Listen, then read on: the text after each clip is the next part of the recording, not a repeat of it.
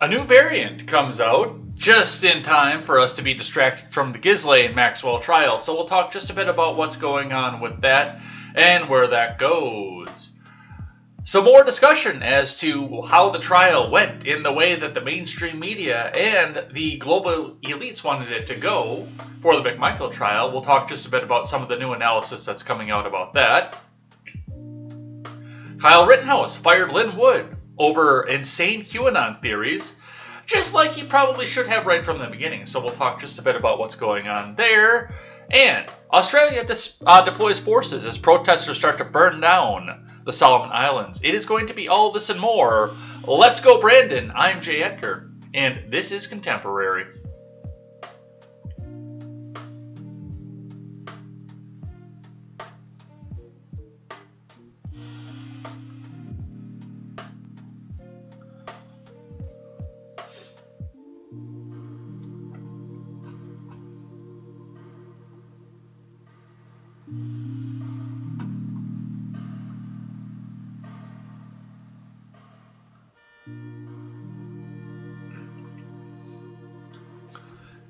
Well, we're back in studio here, and would you look at that? Just in time to get done with the Thanksgiving holiday, just in time to get in and start thinking about the fact that, oh, well, the releasing of oil reserves failed, and we lost a couple cents over a couple days, and it's going right back up again. Just in time for all that, we have another variant. I'm kind of mad that Styx got to break this one before I did. I looked at his videos right before I started. I haven't watched any of them, but I looked at them right before I started here and realized, well, I can't say too mad because he does have that 8-hour advantage being over in the Netherlands right now, so he gets to see stuff 8 hours before the rest of us do, while I am on a beach somewhere with Ashley Tisdale. Styx is over there doing the Lord's work and working hard, so he got to break it first here, but we're going to talk about it. We're going to go over some of the stuff here. I've actually got 3 finance articles today, just because there is what the mainstream media is trying to tell you about your finance, and there's what's reality about the finance here. So we're going to go over all this and more over on Contemporary, but before we get started, do make sure you guys go over and check out turnsofpagesproductions.com. We're still on a start page right now.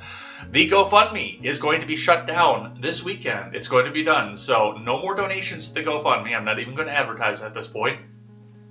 Thank you, everybody who got us to the $600 start to our goal here. I will be starting a new fundraiser for this. I know it's going to be difficult because we're going to be starting into the holiday season, but hopefully using a different payment processor will also get us some better advertisement, some more people looking in here for places to go with this kind of stuff. I don't know who I'm going to go with yet, but hopefully we'll get something up here and maybe get some outside people and some new viewers in this as well. But yes, after what they did with Rittenhouse, I have the hypocrisy. I cannot cleanly, with a clean conscience, let them have any more of the fees than they've already had. So I will be shutting that one down. That one's going to be done.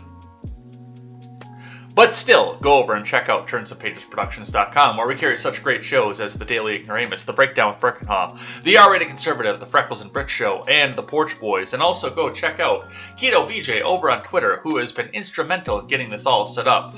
And go check out her work. If you guys don't know her work, go and check out her work. She's really good at what she does. So go and check that out, and go check out those programs as we still work up the money to go and get started with all of this. Let's get the live chat up here for you guys. Let's get into the finance for the morning here and see what we have to say with there.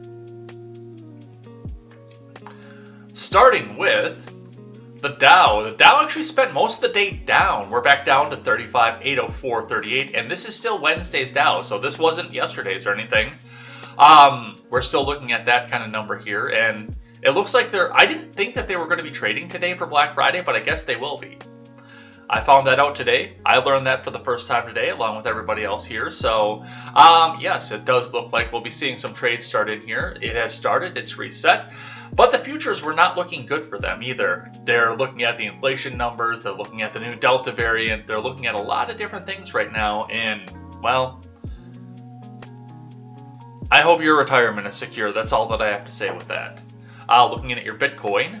Your Bitcoin is at $54,334 US dollars and 10 US cents. That is another day of drop as people start looking into whether or not this is going to get the shit tax out of it as we go along. So, something to watch for as we go in, and as we move in for the finance there, you might not be able to hedge as much in your Bitcoin as you used to be able to. Look at your industrials. There's probably not going to be a lot of motion on the industrials right now just because a lot of people were off yesterday. But looking in and seeing what we have here, all of your copper plays are up right now, including brass. With the exception of a complete car, all of your steel plays are up right now. And aluminum is also almost all the way in the positive, except for aluminum cans. And that was enough to bring the average back down on aluminum. So a lot of stuff moving on with there. Looking at your other plays, electric motors are down. Ballasts are up, lead is down, batteries are down. All of your catalytic converters took a dive yesterday, so we'll talk just a bit about that. Compressors are up, alternators are down, carbide is down, and computer plays are all up. Let's see what IBD has to say for the morning here. It's a Black Friday sale! Oh my god! Oh! Surprise, surprise! There's no way to close the advertisement. Dow futures, oil prices, treasury yields sell off hard on new COVID fears. From Ed Carson. Dow futures and S&P 500 futures sold off Friday morning, while NASDAQ futures fell solidly as crude oil prices and treasury yields plunged amid the latest coronavirus variant and COVID-related travel restrictions. The market rally closed mixed on Wednesday, but the major indices and mini growth names found support at key levels, including Tesla, InMode, Unity, Shopify, and Snowflake. Some Fed policymakers signaled that they would be open to a faster taper and earlier rate hikes if inflation continues to run hot. That was in the newly released minutes from the early November Fed meeting, in which policymakers approved scaling back bond buys. Meanwhile, chip leaders NVIDIA, AMD rebounded near record highs on solid Wednesday for growth stocks. Rivian fell on Wednesday, continuing to pull back after the post-initial IPO surge earlier this month. Rivian Automotive reportedly is pushing back deliveries for its R1S SUV to spring 2022 at the earliest. Yeah, that'll cause your IPO to drop. You can't get held up on Amazon vans alone. Energy stocks continued to fare well Wednesday, even with crude oil prices fractionally lower. Pioneer Natural Resources rose 1.2%, still in range from an early entry after jumping 4.2% on Tuesday, breaking a trend line and rebounding from its 50-day line. But PXT stock plunged early Friday. Tesla, Snowflake, Unity, InMode, NVIDIA are all on the IBD leaderboard. PXT stock is on swing trader. InMode stock, AMD, NVIDIA, Unity Software, and Tesla are on the IBD 50. And if you're just lurking and you've told a friend or told 10 friends to get in here, do remember that I am going to be reading the names of everybody from the live chat today. And I'll be reading some of your live chat as well today. Remember, if it's sufficiently bigoted, spicy, or hateful, or stupid, it'll raise the intellectual level of this program and get read on the air. We've got to bring the intellectual level of this up here. New coronavirus variant. A new variant from South Africa with a high number of mutations is raising concerns. It's not yet clear if this B.1.1529 variant, dubbed new, is more infectious or deadly, or if existing vaccines will be less effective, but health officials are worried. The WHO is meeting to discuss the new variant. The WHO cautioned against new travel restrictions. But already, the UK is suspending flights from South Africa and 5 neighboring countries. Singapore is barring travelers from Southern Africa as well, while Israel is barring travel from most of Africa. Cases of the new coronavirus strain have been found in travelers to Hong Kong and Belgium. The fears over the new variant come as COVID cases have ramped up in much of the world, including Europe. Austria has gone back under a new lockdown. U.S. COVID cases, after rising a few weeks, may have been leveling off, but that's unclear. U.S. coronavirus deaths have continued to decline. Dow futures tumbled 2.1% versus fair value, spurred by COVID variant fears. S&P 500 futures retreated 1.5%, and NASDAQ 100 futures lost 1%. Energy, financial, and travel-related stocks were among the hardest hit, while COVID plays were back in favor. Stock markets worldwide fell on the news of the new coronavirus variant and related travel restrictions. Japan's Nikkei sank 2.5%, while European bourses were generally down over 2%.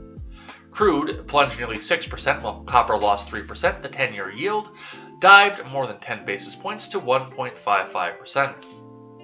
Bitcoin and crypto were sharp losers as well.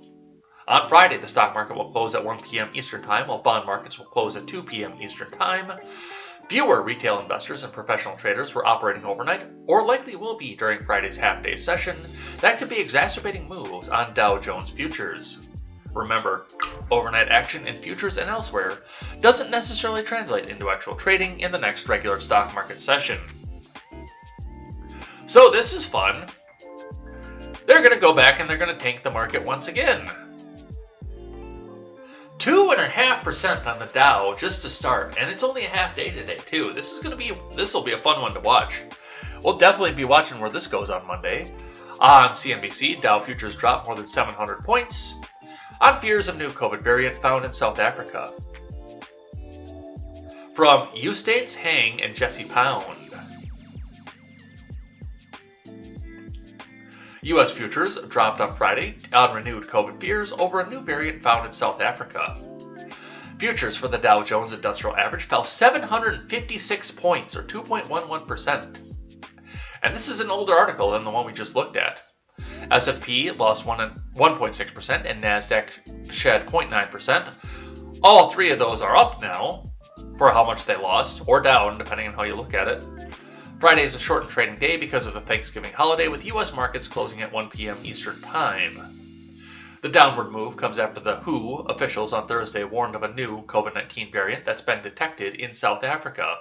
The new variant contains more mutations to the spike protein, the component of the virus that binds to cells, than the highly contagious Delta variant. Because of these mutations, scientists fear it could have increased resistance to vaccines, though the WHO said further investigation is needed. The UK temporarily suspended flights from 6 African countries due to the variant. Israel barred travel to several nations after reporting 1 case of a traveler.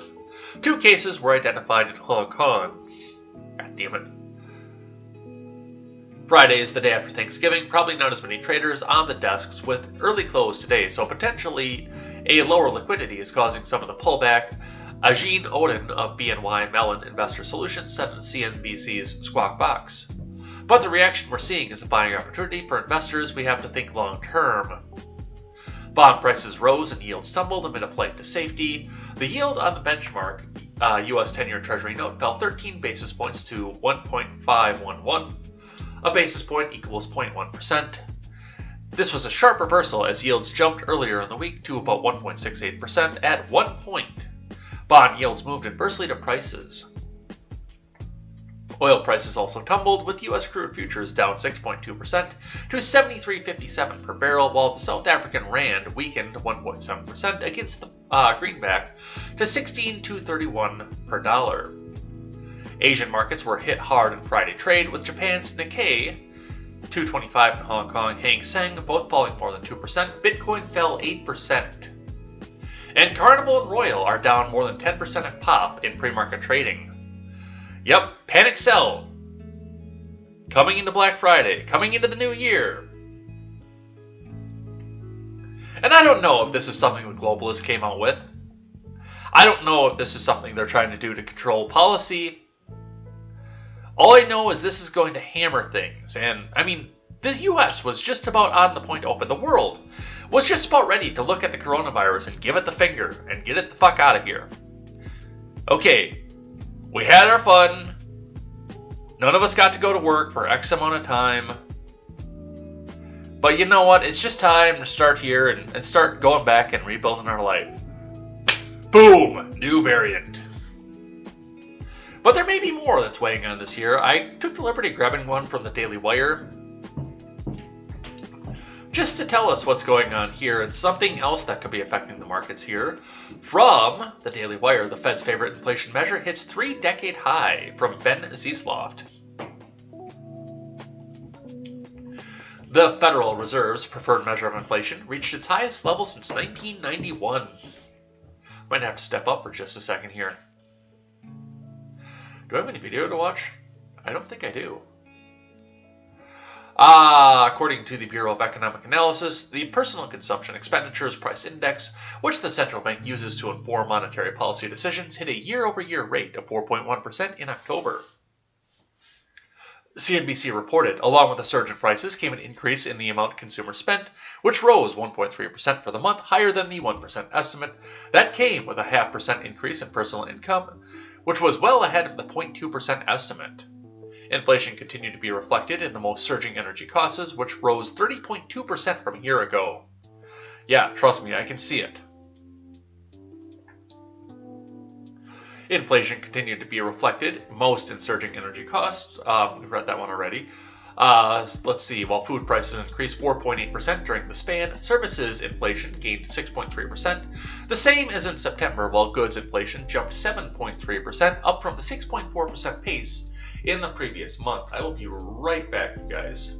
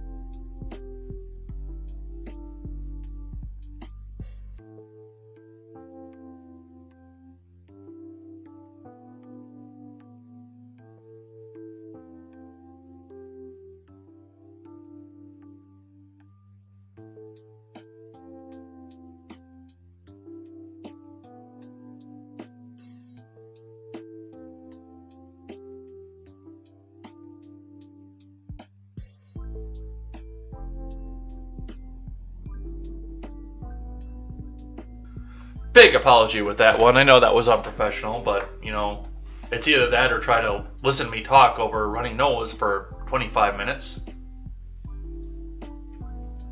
Business Insider explained the Fed and Biden administration had expected price growth to weaken as the economy normalized, yet hurdles in the recovery have kept prices soaring at a historic pace, reopening fueled a spending surge as Americans deployed pent-up savings. The wave of demand quickly overwhelmed inventories across the U.S., and producers were left with massive backlogs and still damaged supply chains.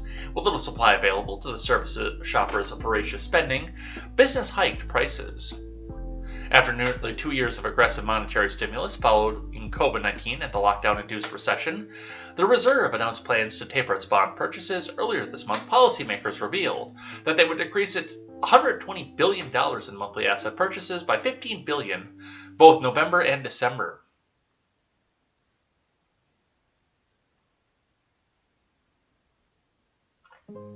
However, many economists expect the central bank will further tap the brakes on its quantitative easing. Based on comments released from the Federal Reserve's meeting in early November, some policymakers pushed for a faster dialing back of asset purchases. They're going to accelerate tapering in December, but it now looks like growth could easily cross 6% and could approach 7% in the fourth quarter. Grant Thornton, chief economist Diane Swamp, told CNBC, "The economy is strong and hot. It's not a bad thing. It's a boom. You can't escape it. The Fed has to adjust." Yes, by going out and printing more money. That's what the Federal Reserve has to do, according to these people. But we're looking at this right now with a couple of things that go along with this. And I think that, just from what I'm seeing, it's more inflation that's taking the economy. But hey, we just conveniently have this new variant here that nobody's ever seen before, except now it's already in Africa, it's in South Africa, it's in Hong Kong, it's in this country, it's in that country. Just in time for them to get their 30-year high on inflation. Oh, we guess we better go print more money. No, it'll be fine. It'll just be fine. But we'll see what happens with that and where this goes. Let's talk about the new variant. I'm going to hold on to this one for Red Ned Show on Monday.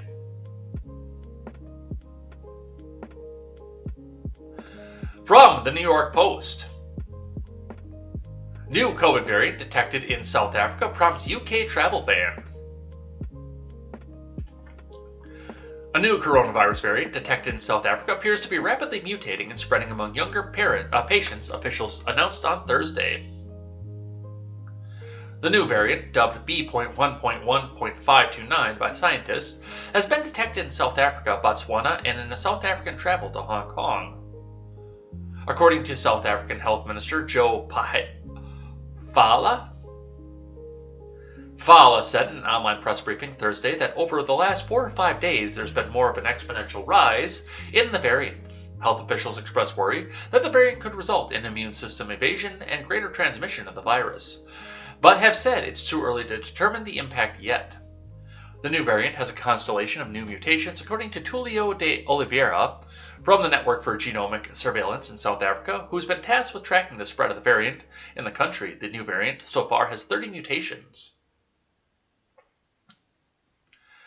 The very high number of mutations is concern for predicted immune evasion and transmissibility, said De Oliveira. We can see the variant is potentially spreading very fast, he said. We do expect to start seeing pressure in the healthcare system in the next few days and weeks. Just 41% of South Africans have been vaccinated for the virus. A team from the WHO is scheduled to meet Friday to determine whether the variant is significant enough to receive a name from the Greek alphabet. It appears they've already done so. It's new! So, that's what we see coming off of that. Let's grab one from CNN. A new COVID-19 variant could show immune evasion and enhanced transmissibility, South African scientists warn. From Dave McKenzie and Ghazi Balkis. South Africa's health minister announced Thursday that the discovery of a new coronavirus variant that appears to be spreading rapidly in parts of the country. Initially, it looked like some cluster of outbreaks, but from yesterday, the indication came from scientists from the Network of Genomic Surveillance that said that they were observing a new variant. Minister of Health Joe Fala said, stressing that it's unclear whether the variant, currently dubbed B.1.1.529, first emerged. It has so far been detected in South Africa, Botswana, and in a traveler to Hong Kong from South Africa, Fala said. During a news briefing, genomic scientists said the variant has an unusually high number of mutations, with more than 30 in the key spike protein, the structure the virus uses to get the cells into the cells they attack. Professor Tulio de Oliveira, the director of the Center for Epidemic Response and Innovation, said the variant has many more mutations than we expected, adding it's spreading very fast and we expect to see pressure on the health system in the next few days and weeks. He advised the public to try to avoid super spreading events. It's a stupid spreader! Officials also expressed concern that the mutation could result in immune evasion and enhanced transmissibility of the virus, but added, it's too early to tell what kind of impact the mutations will have on vaccine efficacy. More studies also need to be conducted to understand the clinical severity of the variant compared to previous variants, officials said. The full significance of this variant remains uncertain, and the best tool we have is still the vaccines, De Oliveira said. He added that the lab studies will still need to be carried out to test vaccine and antibody evasion. Also on Thursday, the UK officials announced that 6 African countries will be added to England's travel red list after the UK Health Security Agency flagged concern over the new variant. UK's Health Minister Sajid Javid said that flights to the UK from South Africa, Namibia, Lesotho, Botswana, Eswatini, and Zimbabwe will be suspended from midday Friday, and all 6 countries will be added to the red list, meaning UK residents and British and Irish nationalists arriving home from these points of departure must undergo a 10-day hotel quarantine at their own expense. Yes, a government that tells you that you have to spend your own money to do what they're telling you to do.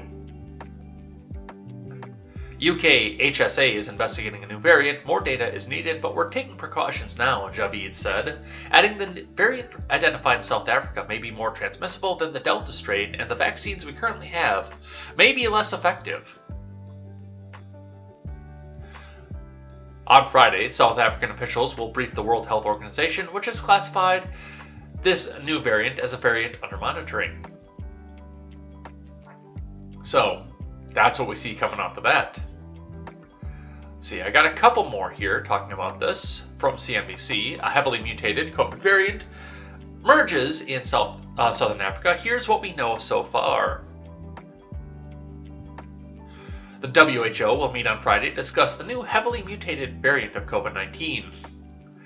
It's been detected in the small numbers in South Africa, WHO officials said, with reports on Friday morning of cases being found in Israel and Hong Kong. Here's what we know so far.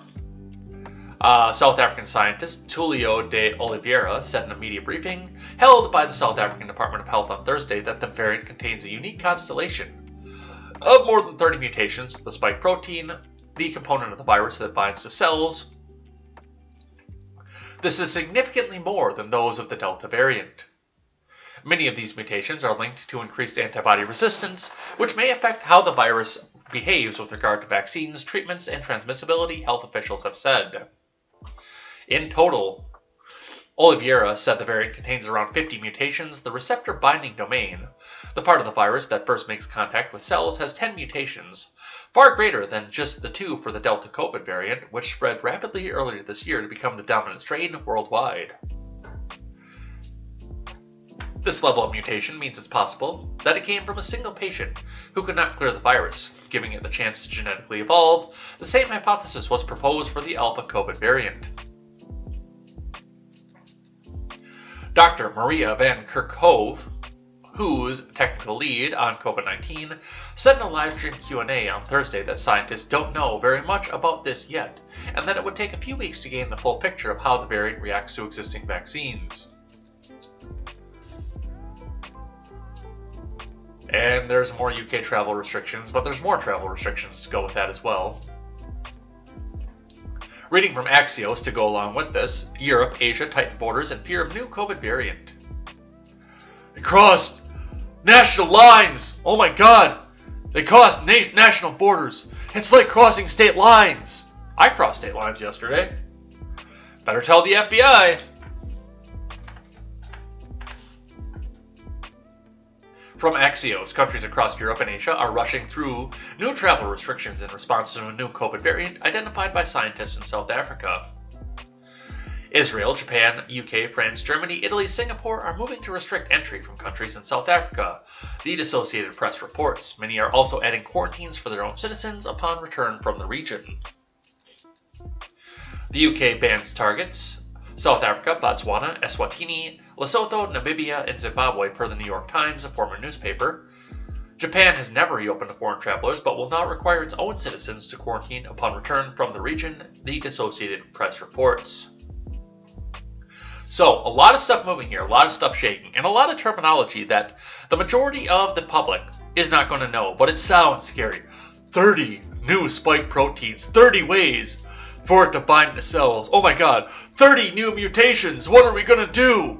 Oh, these stupid Trumpers that are unvaccinated, even though there's a single stupid Trumper in South Africa. In fact, we never see variants like this emerge here in the US. If you've noticed, Delta came out of India, Alpha came out of China, Beta came out of Ireland.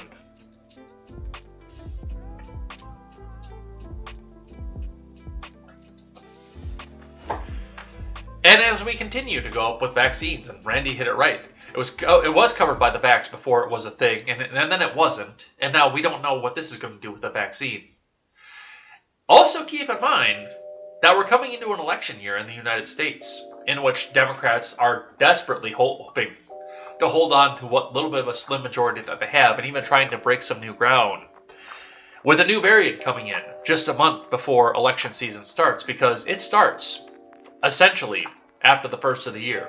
After we're done listening to Mariah Carey, every third song that we hear, we move in to election season 2022.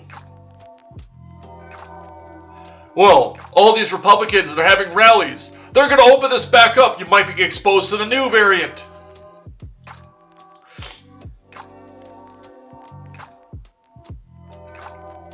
But it's awfully convenient. I mean, we're right after a holiday, literally the day after a holiday, where everybody traveled around got to go see family, friends, etc. And most people just gave the finger to Fauci. People are starting to travel, go to other places. They're starting to open up. They're starting to go out and do retail sales. Retail sales are probably not going to do as well on Black Friday as they used to, but that's because it's spread out over a few months now rather than all just being in one day. But they still need to find a way to make the excuse. This is very convenient timing for this. But we finished off the race wars. The Arbery case came out the way the globalists and the mainstream media wanted it to, and from what I can tell, the right way. Just looking at the evidence, there's no way. I don't necessarily agree with the top line conviction of the third dude, but the two McMichaels, guys, yeah, throw those fuckers away and throw away the key. Put them away and get rid of them. Although it's Georgia, they might actually get the death penalty off of that too. And we'll be talking about that a little bit later as well. But just the Rittenhouse thing is over, which they tried to make into a race thing, even though it wasn't a race thing, and the Arbery thing is over, which was a race thing. Now all that's over. Now they've got to find something else to keep the country in a major panic about. And hey, since we're not going to get any big protests, now it's time to go tell people to lock themselves back in their fucking homes. But that's what we see off of that. All right, let's read from the Daily Mail. LA firefighter is under investigation and put on paid leave after wiping his butt with vaccine compliance letter he received for not abiding by the city's COVID jab mandate. From Stephen M. Lepore for DailyMail.com. A member of the LA Fire Department is being investigated for allegedly dropping his pants and wiping his buttocks with a compliance letter he received for not abiding by the city's vaccine mandate. The LAFD member was being accused of the act by Stentorians of Los Angeles City, a group that represents black firefighters. The department spokesman confirmed on Wednesday that the firefighter responded inappropriately to receiving the letter. The alleged incident took place on November 18th, according to a spokesperson for the LAFD.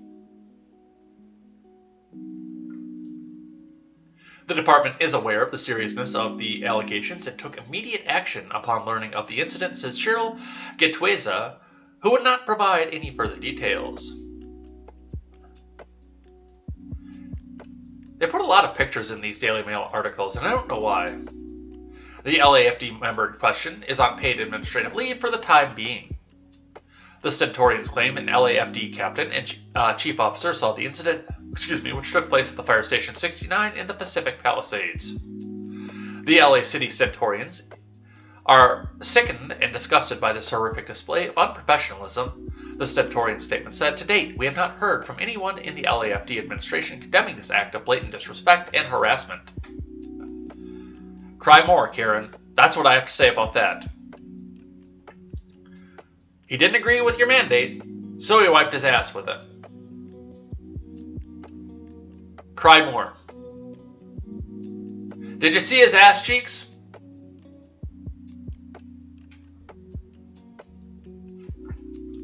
The Stentorians demanded that Garcetti, the City Council, and the Fire Commission take swift and immediate action to deter any city employee from feeling entitled and not encouraged but empowered to behave in such an embarrassing and threatening manner. Why is this threatening?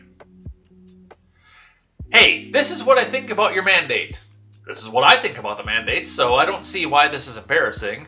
And if I try to enforce my will on somebody via a document, and that person wiped his ass with it, I'd say, okay, well, he's not interested. Fuck him, I'll go find somebody who is. What a Karen fucking thing to do, seriously. My God. Well, he's wiping his ass with our mandate that he didn't agree with to begin with, and we knew he didn't agree with him, so we sent the letter.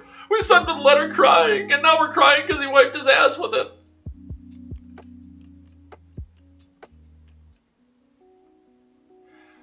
But that's what we see off of that. All right, let's talk Arbery. We talked a little bit about this yesterday, but I wanted to avoid most of the news yesterday because it was a holiday. I wanted to hear more of what everybody was thankful for. But let's start with our friends over here at NPR, National Progressive Radio. 3 white men are found guilty of murder in the killing of Ahmaud Arbery. This is from Merritt Kennedy and Jacqueline Diaz. And remember, NPR needs your money, our money, comrade, to continue to get the microphones that they can use to transmit their voices nice and quietly. And make sure that you fall asleep at the wheel while you're listening to this terrible news of the day in soothing tones. So hit that donate button, because it's not your money, comrade, it's our money. NPR, National Progressive Radio. Let's see what they have to say.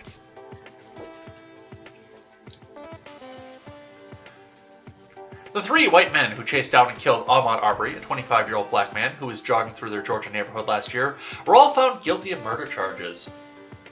The high-profile shooting and the 10 weeks it took for law enforcement to make the first arrests galvanized racial injustice protests in the summer of 2020. No, it didn't. They tried, but most people agreed with the fact of what they needed. They needed something a lot more dividing. That's why we got St. George.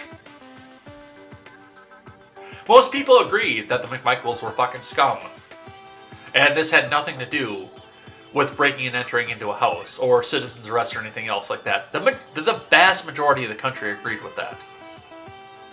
So this wasn't dividing. This didn't make a race war. They tried. They tried desperately. It's been a long fight. It's been a hard fight, but God is good, Arbery's mother, Wanda Cooper Jones, said Wednesday outside the Glynn County Courthouse in Brunswick. I never thought this day would come, she added, saying her son will now rest in peace. After the judge read the first guilty verdict, a whoop rang out in the courtroom. Long time coming, the person, later identified as Arbery's father, Marcus, exclaimed as the judge expelled him from the courtroom. Father and son, Greg McMichael, Travis McMichael, and their neighbor, William Roddy Bryan, all faced the same 9 criminal counts in Georgia State Court. 1 count of malice murder, 4 counts of felony murder, 2 counts of aggravated assault, 1 count of false imprisonment, and 1 count of criminal attempt to commit a felony. They pleaded not guilty on all counts. Jurors found all 3 men guilty of nearly all the counts. Travis was found guilty on all 9. Greg was only found not guilty on 1 count of malice murder. Bryan was found not guilty on 1 count of malice murder, 1 count of felony murder, and 1 count of aggravated assault. Yeah, I didn't really agree with Roddy being tried for the same malice murder as the other 2. Just because, for the most part, all that he was doing was standing back and filming. I could see the false imprisonment, because I know that he blocked Arbery's path. I do know that much off of this. And because I used to live in Kenosha, and the Rittenhouse trial was going on through the majority of this, I didn't actually see a lot of the Arbery trial, because I was so laser focused on the Rittenhouse trial. But from what I did see, I didn't see malice murder for Roddy. Now, yes, false imprisonment, absolutely. And we'll see where his verdict takes him as far as sentencing goes.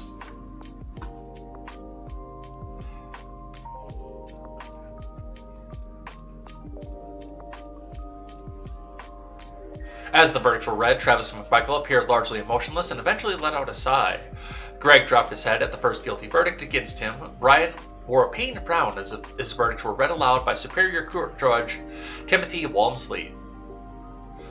Prosecutors have said they intend to seek life in prison without parole for the 3 defendants. The date of their sentencing has not yet been scheduled.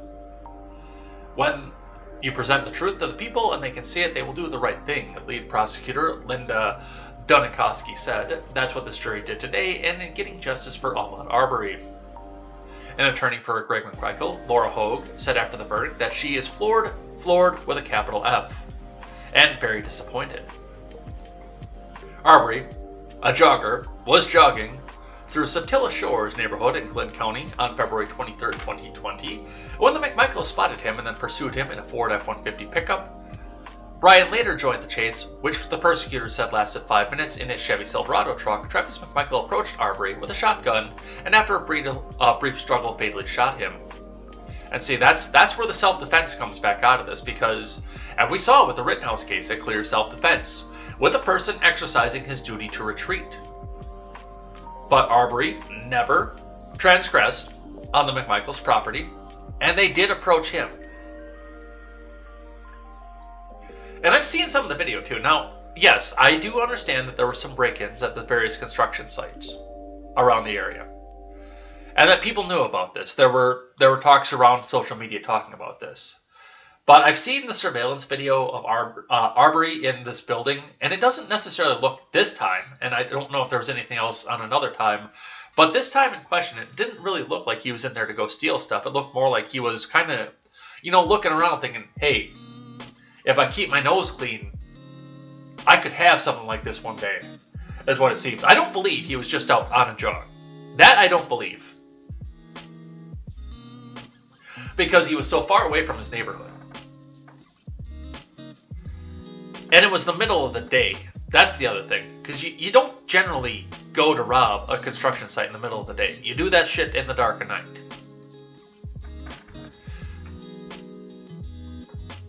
But yes, throw all three of these people away. Put them in the can, throw away the key. Because by everything that I did see, and like I say, I was so laser focused on the Rittenhouse, I didn't see everything, but by everything I did see, there's no question. There is no question.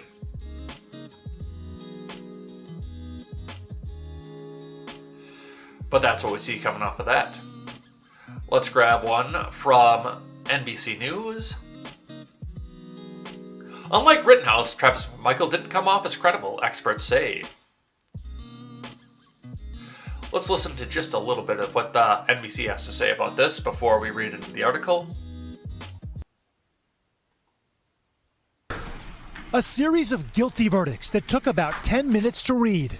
Count 1, malice murder. We, the jury, find the defendant, Travis McMichael, guilty. Ripple through the courthouse and the crowd outside. Demonstrating justice for Ahmaud Arbery could speak to decades of discrimination. I never thought this day would come, but God is good. Would you know him as Ahmaud? I know him as Quez. Yes. He will now rest in peace. Amen. Brunswick, Georgia will go down in history as the place that criminal justice took a different turn. The jury's verdict, guilty on 23 of 27 possible counts, including malice murder for the shooter Travis McMichael, who was found guilty on all counts. Felony murder and aggravated assault for his father Gregory, who drove the truck, and the same for neighbor William Roddy Bryan, who helped pin Arbery with his vehicle and shot the video used in court. The defendants claiming from the beginning they were just protecting their community and acting in self-defense. Your client was convicted of murder. Your reaction? We're very disappointed with the verdict, obviously, but we have to respect that verdict. That's the American way. Do you think your client was conducting a citizen's arrest? I'm not going to answer that question. President Biden. Yeah, he doesn't think that. That's part of this too. So, all right. Let's see here. This is from Alicia Victoria Lozano.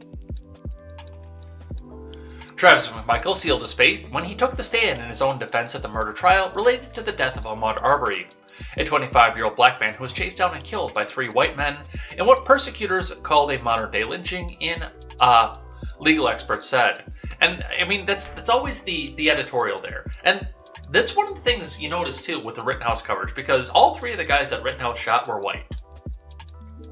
But yet they had to make sure, and it was usually up towards the top. It definitely, they didn't wait till the bottom to come out and say this. It was usually up towards the top.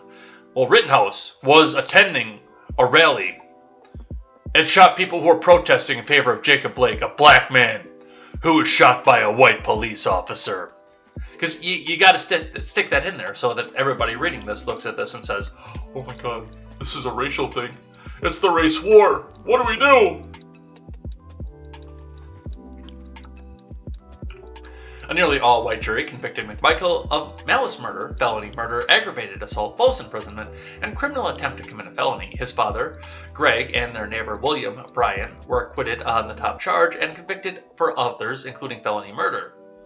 The defendants had argued self-defense as well as acting within their rights under Georgia's citizens arrest law, which was legal at the time but changed after the shooting. Once self-defense was claimed, the burden fell on the persecutors to disprove the defense's argument beyond a reasonable doubt.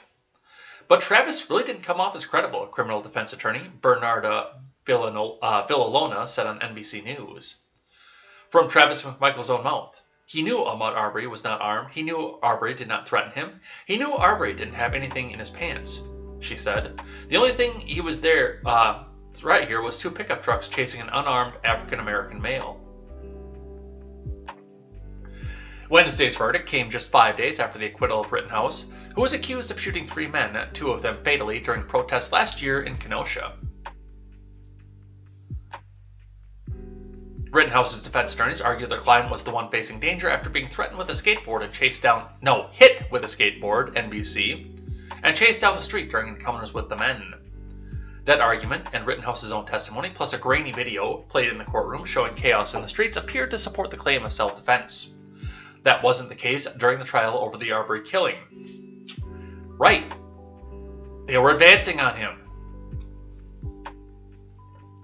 Travis McMichael was a horrible witness, said former federal prosecutor Glenn Kirshner, a legal analyst for NBC News and MSDNC.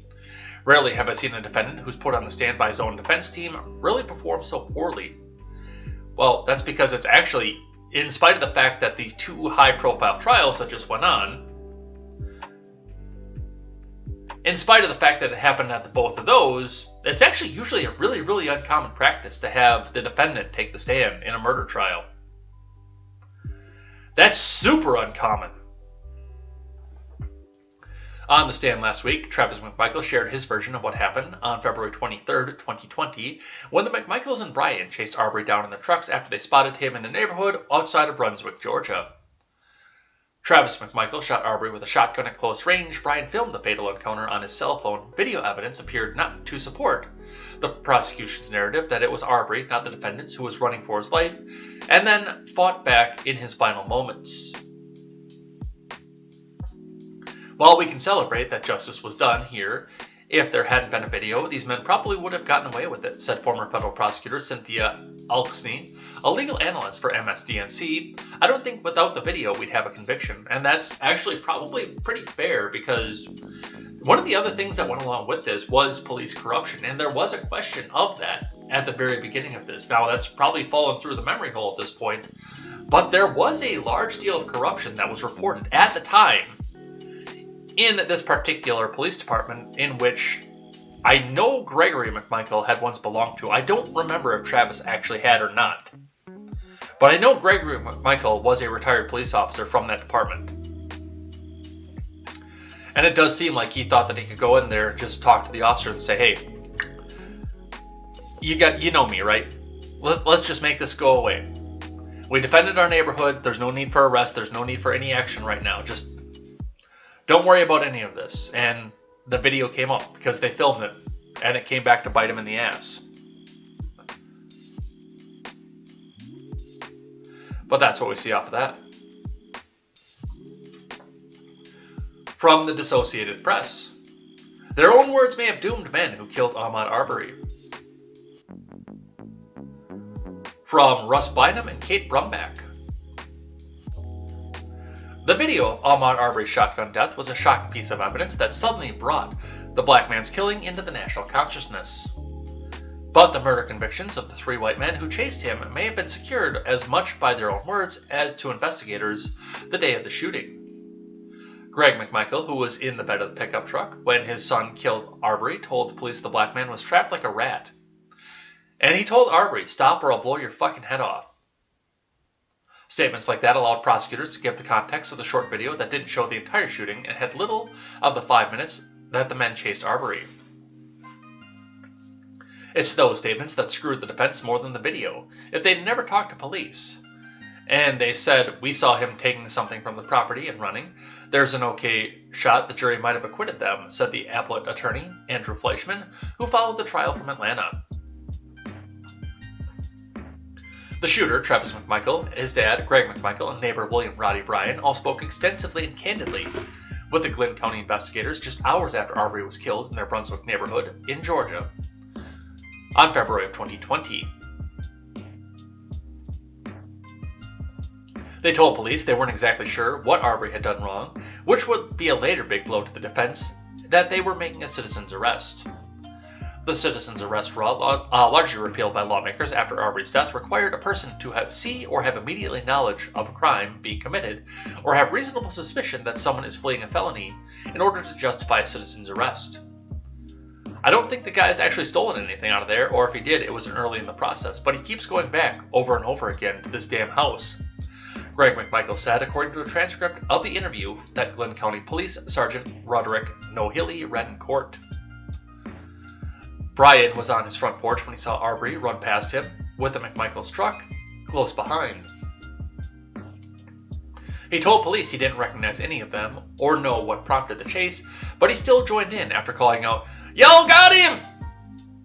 In an interview with Georgia Bureau of Investigation, Brian said he wanted to take a photo of Arbery to show police, but couldn't point to any crimes that Arbery had committed. "I figured he'd done something wrong," Brian said. "I didn't know for sure." Yeah, that's probably not a good sign. That's probably something that's going to get you wound up in prison. Probably pretty fucking quick, too. No, they most certainly were not innocent, Water Country. Alright, let's talk about Waukesha. In my home state. Like I said the other day, I don't know if there's something in the water in southeast Wisconsin, or what the fuck the deal is, but, this has been front and center news. And a very, very key swing state in this national race. And we've been front page for quite some time. And our neighbor to the west, Minnesota, has also been front page news for quite some time. Let's start with this one. From the Blaze. Far-left actress Deborah Messing bucks the party narrative on lethal Waukesha parade attack. A Hollywood actress known for her far-left reactionary takes appeared to side with many on the right over a lethal car attack on a Christmas parade in Waukesha, Wisconsin. 6 died and 62 were seriously injured when a red SUV plowed through the festivities at the Christmas parade on Sunday. Police arrested Jarrell Brooks Jr. for the attack. Brooks left a large social media presence that led many to conclude that he might have had a racist, anti-white motivation for the attack. Others have cautioned against jumping to conclusions so early in the official investigation. Authorities have not yet announced anything conclusive about a possible motive of the attack. Yes, others have cautioned against jumping to conclusions, but those same others, the ones who cautioned against jumping to conclusions, definitively knew as soon as the video started circulating that Derek Chauvin got up in the morning, buttoned up his shirt and put on his badge and said, "Oh, that George Floyd. Oh, that George Floyd. I'm going to go out and kill that George Floyd today." They knew beyond a reasonable doubt, before they saw any evidence other than the one video, that Derek Chauvin got up in the morning with the express intent to go kill George Floyd.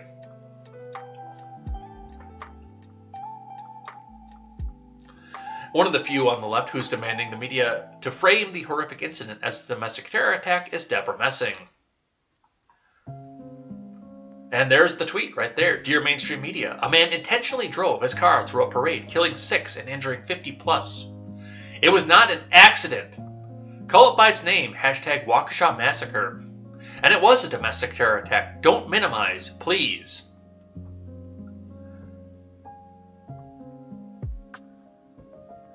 Alexius, who is, I guess, Alexius number 2, says, "Who's calling it an accident? I'm only seeing conservative media doing that."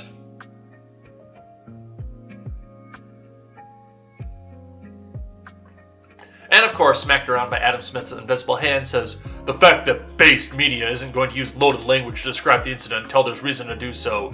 That reason will likely come when the prosecutors begin using terms like attack, but right now the driver's only a suspect who's allowed to have his day in court." Let's see who this person is. Resplendent and mostly functional. Normal-ish.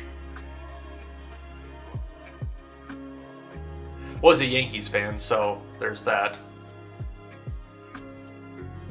Mostly sports stuff, I'm guessing, but I'm also probably pretty certain that he was yelling as soon as Rittenhouse got into his trial, "Crucify him! Crucify him!" But I can't answer that for certain. Messing has been an outspoken critic against conservatives, former President Trump, and his supporters. In one humorous instance, she expressed shock and confusion at a headline from a right-wing satire site, the Babylon Bee, and later pretended that she hadn't been fooled by the joke. Brooks has been charged with 5 counts of first-degree intentional homicide and was given an extraordinary bail of $5 million. Minnesota Freedom Fund is currently working on getting him that money. If convicted, Brooks could face a sentence of life imprisonment for each charge. Messing is known for her title role in the television comedy series Will and Grace. In 2019, Trump tweeted that Messing should be fired from the show. Oh, that's right, because they did bring that back, didn't they? I don't know, but it was real. It was right off of her. It hasn't been deleted.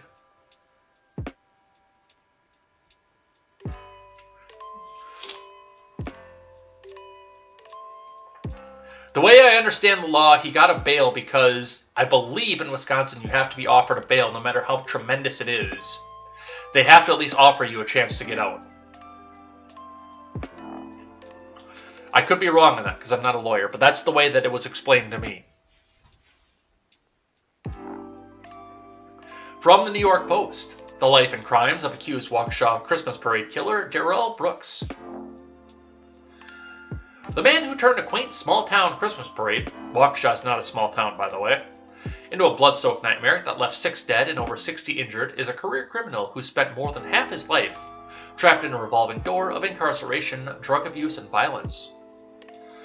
Darrell Brooks, 39, allegedly used a red Ford Escape to plow through revelers at an annual Christmas celebration in Waukesha, Wisconsin on Sunday, but his life of crime started 22 years ago when he was just 17 years old.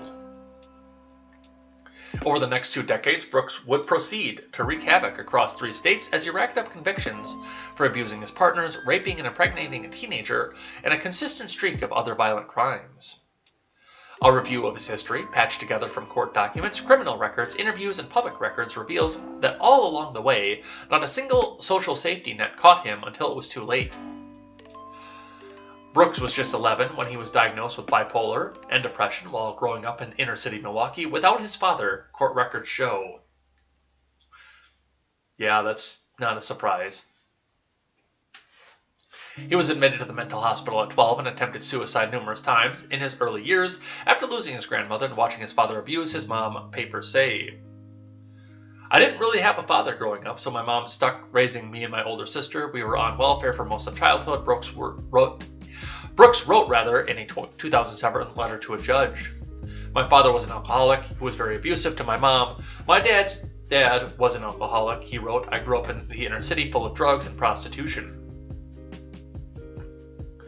Brooks claimed in the letter that his mother, a Christian woman from Southern roots, steered him away from trouble on the streets, but despite her best efforts, Brooks would go on to follow in his father's footsteps.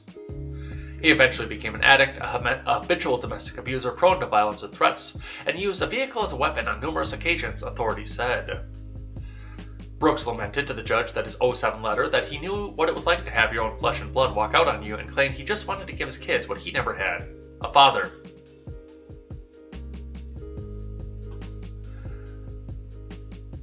By then, Brooks had already abandoned his firstborn son before the child was 3 months old. He disappeared, the kid's mother told the Post. During a recent interview, I've done all this on my own, raised my child by myself. The woman initiated a paternity case in Waukesha County for failure to pay child support that is still ongoing to this day. Yeah, she ain't gonna get that. A year after Brooks was charged with his first felony in '99, at age 17 for substantial battery intending to bodily harm, he was given 3 years of probation but soon found himself tangled up in the law once again, being hit with a misdemeanor charge in '02 and '03 over separate incidences. In '05, he moved to Reno in a bid for a fresh start, but within a year he was charged with statutory sexual seduction and contributing to the delinquency of a minor after he raped and impregnated a teen girl who claims she told him she was 18 at the time. He settled the case by pleading guilty but was ordered not to contact the victim, a requirement he repeatedly violated by calling the teen using a stolen phone and confronting her at a bus stop, landing him back in jail where he served just 129 days, records show. As a result of that conviction, Brooks was forced to register as a sex offender in the state. During his time behind bars, he participated in an 2007 documentary called Crystal Darkness.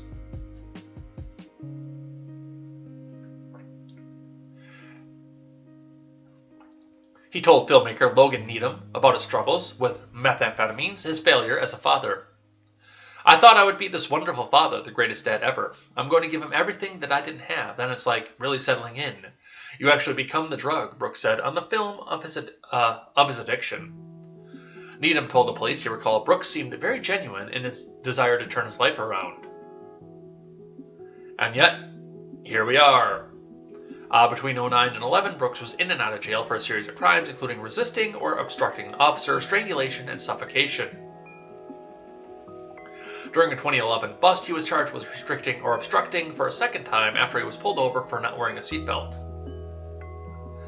During a traffic stop, a Milwaukee police officer jumped inside Brooks' car, fearing he was about to be run over. The Milwaukee Journal-Sentinel reported of the incident.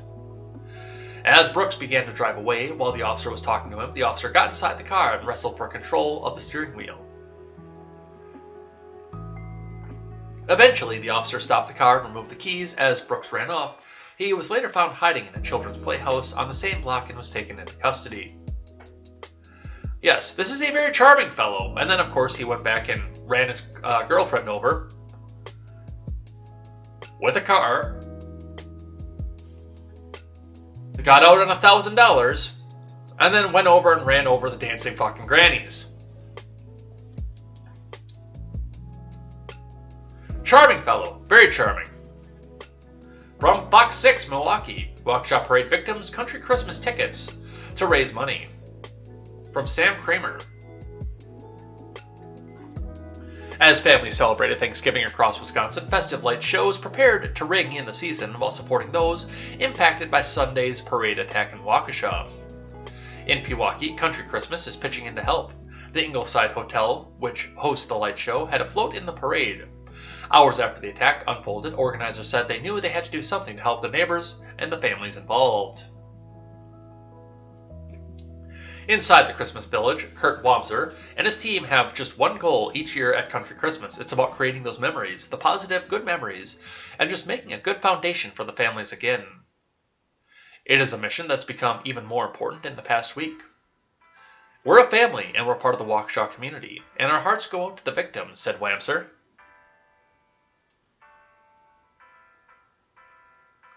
Oof. Oof, that's harsh, Ben Wild. I like it, but that's harsh. Jesse Wilder said it took hours for the Ingleside Hotel to find a way to help its Waukesha family. All weekend long, $5 from every full-price admission ticket punched at Country Christmas will go to the Waukesha Community Foundation Fund, helping victims and their families recover as best they can. We had a float in the parade, and some of us were there, and all the families and all the kids that were affected, Wilder said. We should all just do our part. This year's Country Christmas setup includes a 42-foot Christmas tree, rebuilt displays, and many staples of years past. Organizers aim to remember what happened at the parade, but like their beloved model trains, hope a little Christmas spirit can get the community back on track. Dude, I'm probably going to go at this point, just because now that I know this is here. We're looking forward to being able to have the community come out and find some peace and get a chance to experience something enjoyable again. Yeah, and it looks like Culver's, which is another Wisconsin staple, is getting in on the action too, which is good. It's good to see the community coming together and helping out, because the government fucking blows at everything. Man, do they blow.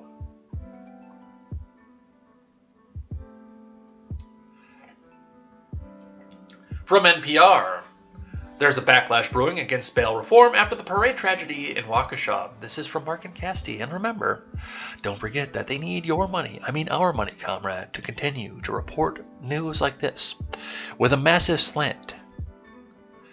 Because it's not your money, comrade, it's our money. And if they don't tell you what to think or how progressively to think, how will you know what to think? NPR, National Progressive Radio. Let's see what they have to say.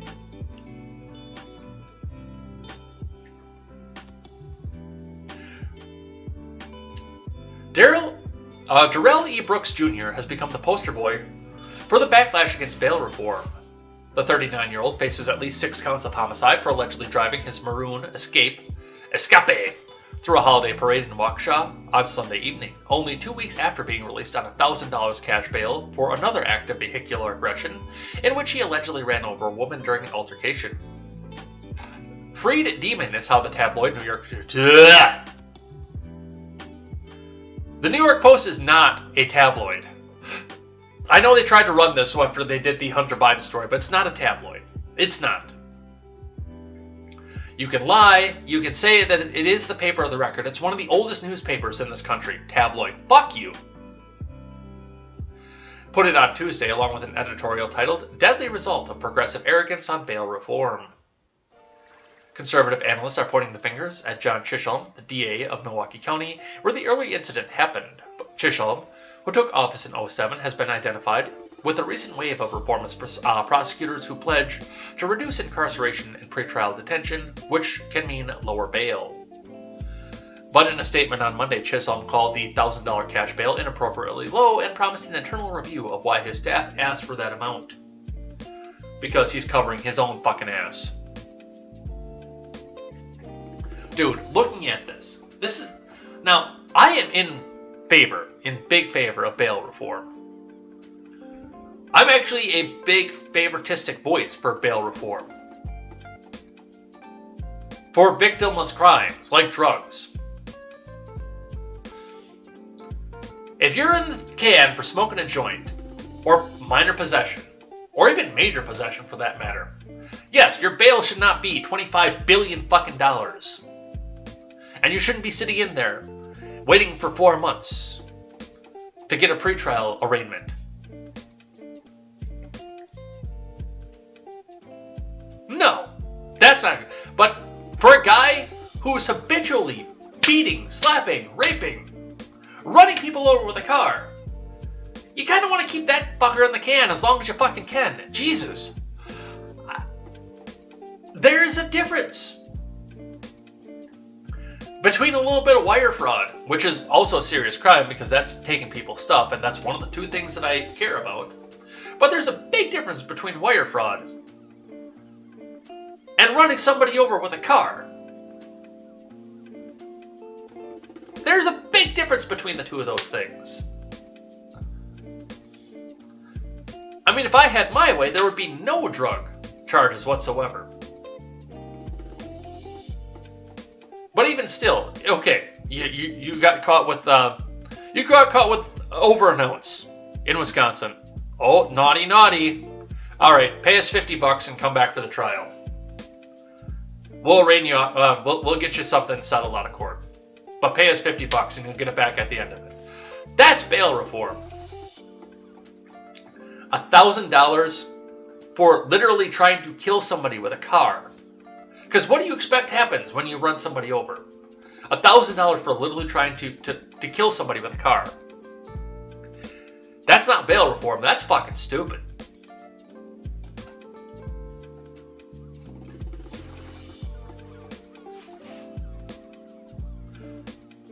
But they're going to try and spin this out. And of course, because it's NPR, they're going to come out and, well, we still need to have bail reform because we have way too many people of color, BIPOC, in our prison system, and we need to reform that as best that we can.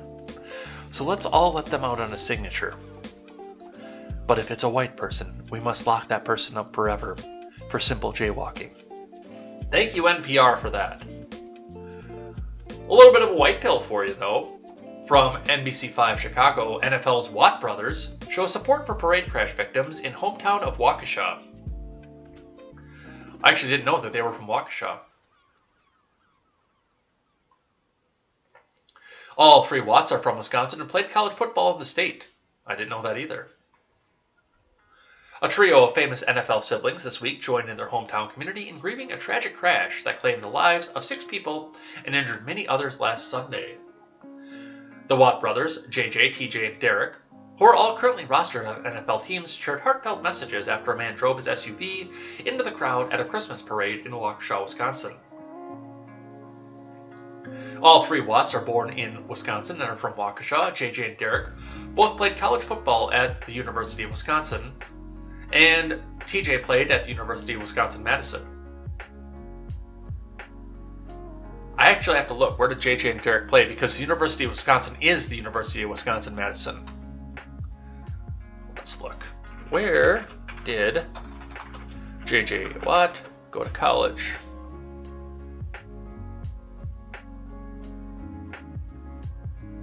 I guess he played at Madison too. Where did TJ Watt go?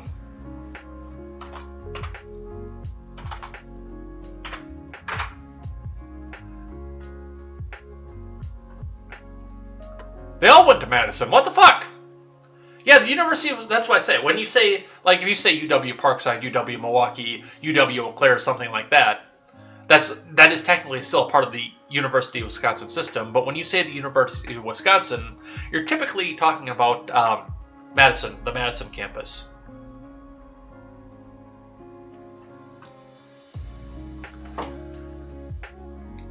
Let's see. Just seeing what happened over the holiday parade back home in Waukesha tonight. Horrific images. Truly hoping everyone is going to be okay and those not involved are now safe. JJ, currently on the Arizona Cardinals, tweeted Sunday evening. Thankful to everyone who rushed action and helped the wounded, JJ finished with his message retweeted by TJ soon after. And then Derek Watt tweeted out Waukesha Strong. Let's read the image. In light of the recent tragic events at the Waukesha Christmas Parade on November 21st, 2021, we want our community to know that we see them, love them, and we're here for them. Our primary goal is to help have the focus remain on the families who were directly impacted by last weekend's tragedy and help make sure any financial burdens are taken care of. We feel that the best way to help the affected families is to assist with the funeral and medical expenses by donating to the fund, which was set up by the United Way and Waukesha County Community Foundation. Together, we are #Waukesha Strong. Thank you, Derek Watt. So, yeah, I mean, people remembering where they came from. And I like I said, I didn't realize that all three of the Watt boys were from Waukesha. I didn't know that Derek Watt was in the NFL even. Because after all the controversy, I've stopped paying attention to the NFL. But still, that's still a good thing to see. It's a good thing to see community come together like that.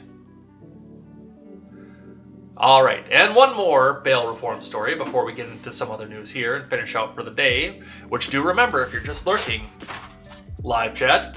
And thanks to the people who live chat throughout the week is coming up as soon as we finish out these tabs. And thank you guys in advance already, too, if you do have to take off before the end of the show. From the Blaze, New York City man out on bail for gun crime shoots 13-year-old boy in the neck, police say. From Chris Pandolfo.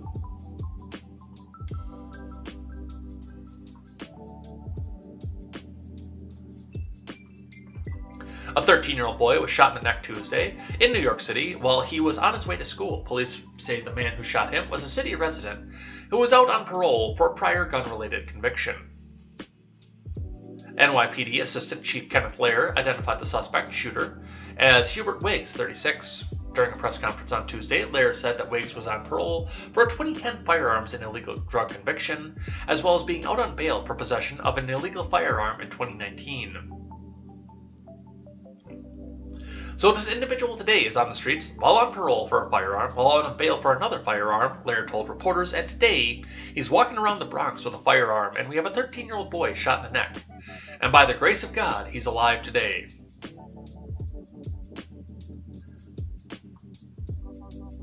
And here's the update on that.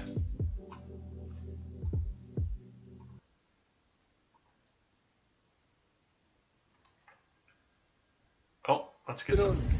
Kenny Laird, Commanding Officer of Patrol Bar Bronx. This is Ozzie Nunez. He's the Commanding Officer of the 47th Precinct.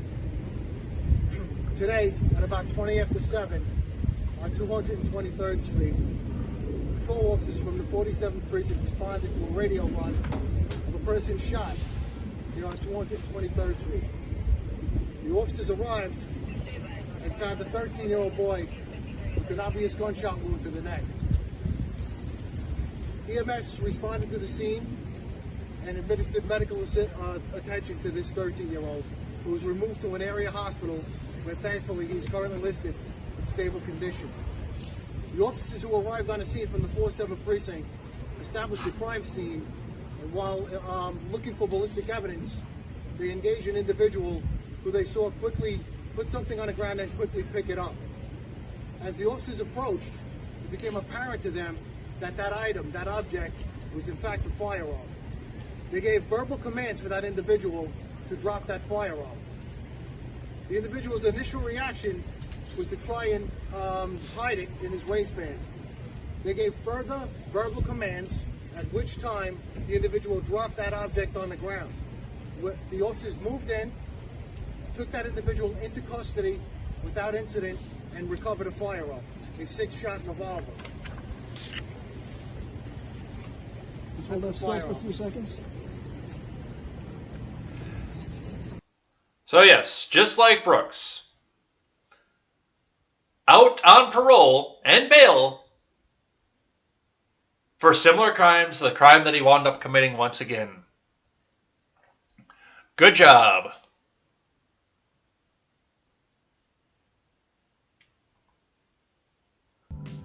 Alright, let's keep going.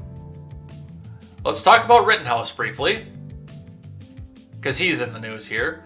Kyle Rittenhouse fired Lynn Wood over insane QAnon and election fraud beliefs from Ewan Palmer. Kyle Rittenhouse has said he fired his former lawyer, Lynn Wood, because he thought the attorney insane for supporting QAnon and election fraud conspiracy theories. The teenager, who on Friday was cleared of all charges relating to the shootings in Kenosha last August, has criticized Wood and another of his former attorneys, John Pierce, since being acquitted.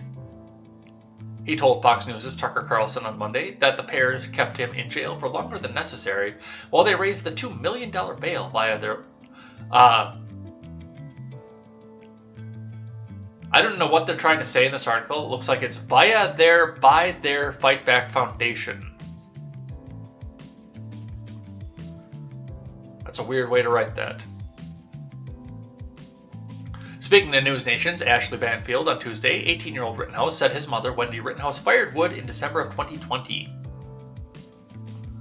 Asked whether this was because the money was in the pot, was not being put towards bail, Rittenhouse replied, "We fired him because he was going on with all this QAnon and election fraud stuff and just stuff we didn't agree with."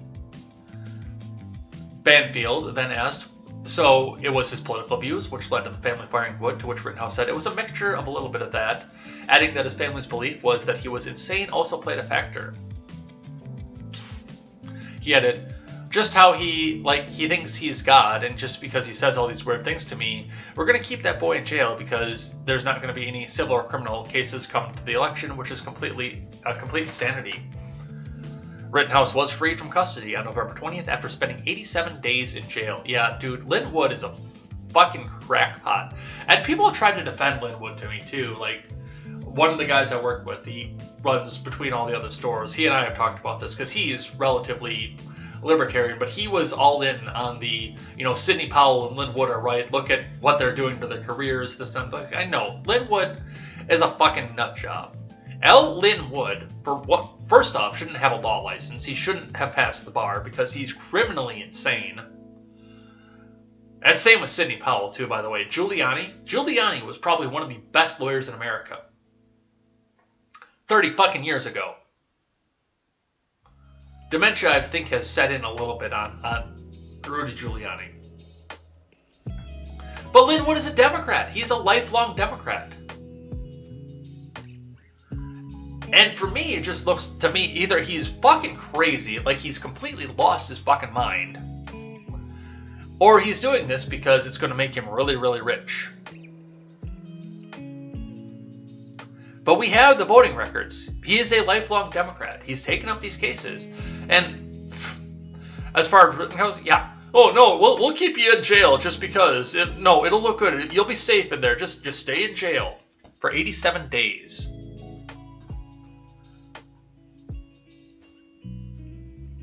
It's coming, though. Don't worry. Just trust the plan.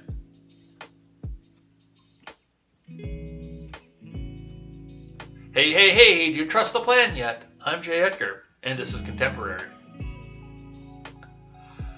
Let's talk about some of the actual politics going through the Democrat Party from the Daily Wire. Too late, we're fucked. Democrats panic over 2022 as survey shows their entire brand is a wreck. from Ryan Saavedra. New surveys from Democrat Party strategists reportedly show that the party's brand is in shambles nationwide as the Biden admin deals with skyrocketing inflation, rising fuel costs, a continued disaster on the U.S. southern border, fallout from the disaster in Afghanistan, and numerous other problems. What they discovered largely through focus groups and polling was even worse than expected, Politico reported. The problems cut far deeper than the failings of the gubernatorial nominee, Terry McAuliffe, or President Biden's flagging approval ratings. Rather, the Democrat Party's entire brand was a wreck. People who voted for the Democrat President Joe Biden could not name anything that Democrats had done except a few who pointed to the infrastructure bill, which didn't give him the boost that I thought it was going to, which was bipartisan. The voters could not say what the Democrat Party stood for or what they were doing on the national level. Less than a year ahead of the midterms, in which even Democrats widely expect they will lose the House, and possibly the Senate, the party is confronting an identity crisis. The report added, it isn't just Biden's cratering public approval ratings, inflation, or the precedent that the party in power typically loses seats in the president's first midterm. Politico noted the Democrat strategist who advises the party's major donors said after the House passed Biden's massive far-left social spending bill that it was just too late, we're fucked. The report said that skyrocketing inflation, a lack of workers at stores, and a supply chain disruption were having significant negative impact on the people's view of the economy. The most devastating part of the report was the finding that everything the Democrats have been banking their future on, the bipartisan infrastructure bill and the far-left social spending bill, show few signs of helping them at the ballot box. The focus groups found that 2020 Biden voters had little positive to say about him right now, and that many described disappointment in a sense that he's not doing well. The finding that Democrat voters sense that Biden is not doing well comes as Biden recently got the results back from his first physical as president and apparently did not have a cognitive exam done, according to CNN's Sanjay Gupta. There's a lot of stuff going on here, but they need this. As much as I wish that Americans didn't have to suffer, that we didn't have to have the supply chain crises, that we could have continued on to a continuing prosperity that we had in this country for as long as we did. For the 3 years that we did, the continuing prosperity that we had in this country. As much as I wish that for all of Americans, they needed this to happen. Because this is the time. I don't know if they're going to do this or not. This is the time, though,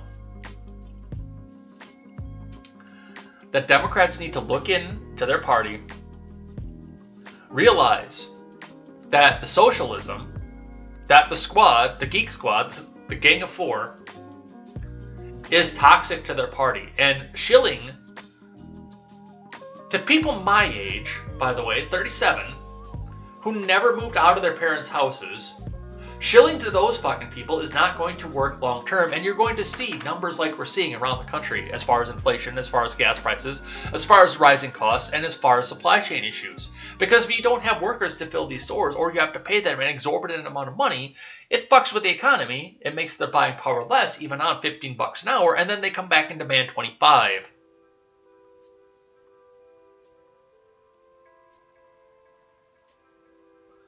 It's time to autopsy this party. Take a look inside of it, figure out what went wrong, get rid of the dumb fuckery, the socialism, the progressives, go back to your roots, doing everything you can to feign interest in a union, which you don't want, and I know that none of you want, but to feign interest in a union, and then promise these people every 4 years that it's just the Republicans that want to ship their jobs overseas.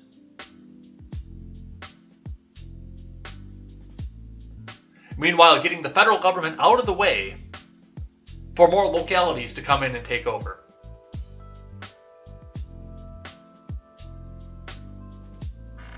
It's time to autopsy this party because you failed.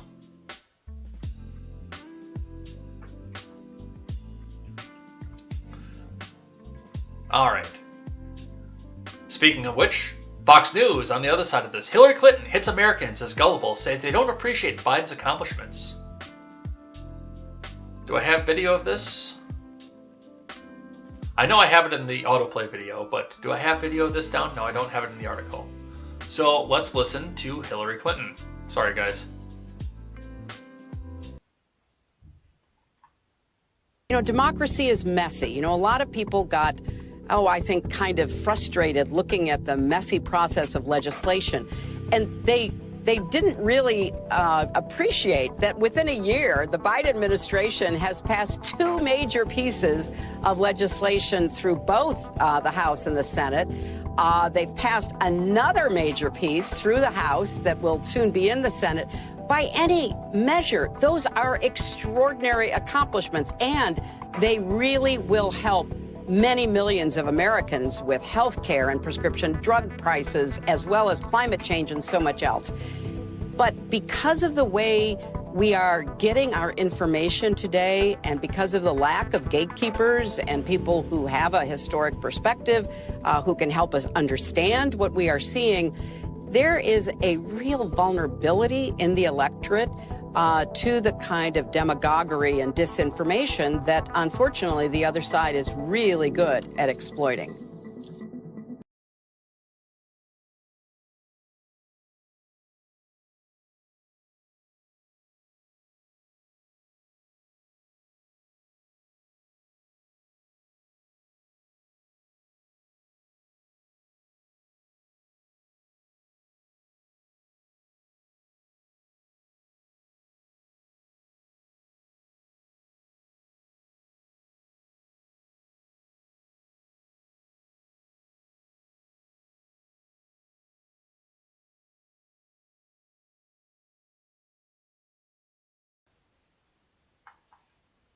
I suppose it helps if I turn all my equipment back on.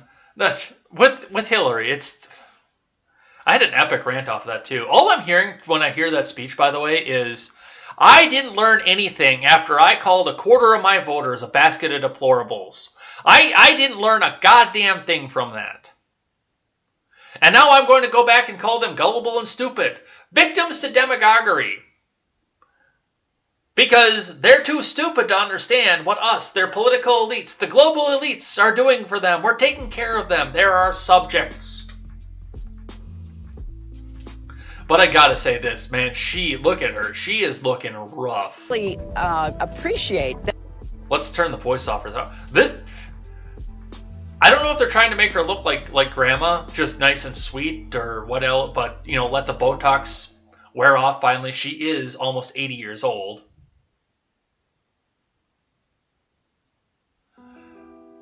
But that was piss. If you want to get more people back onto your side, that was not the way to do it.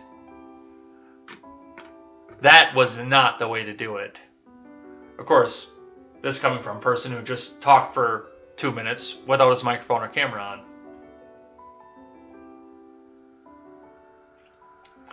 From KTLA5. SoCal Edison begins power cuts ahead of Thanksgiving amid red flag warning. From the Associated Press.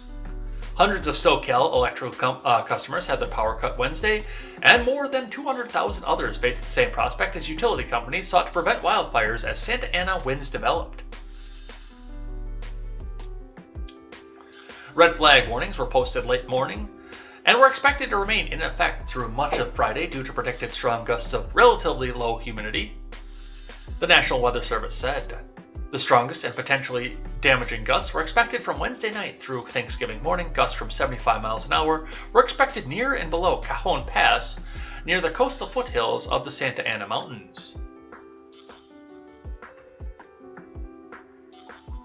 Fire danger will rapidly escalate during the night, forecaster said. Strong that's the tweet. Strong Santa Ana winds and very dry air will combine for critical fire weather across much of LA and Ventura counties Wednesday through Friday. Peak gusts of 60 to 70 miles an hour possible for the foothills. The Santa Anas brought the prospect of public safety power shutoffs in high-risk areas to prevent wildfires from being sparked if the winds were to damage power equipment or blow debris into power lines. Southern California Edison said power was cut to more than 460 customers in San Bernardino County, and shutoffs were possible for more than 150,000 customers in 6 counties.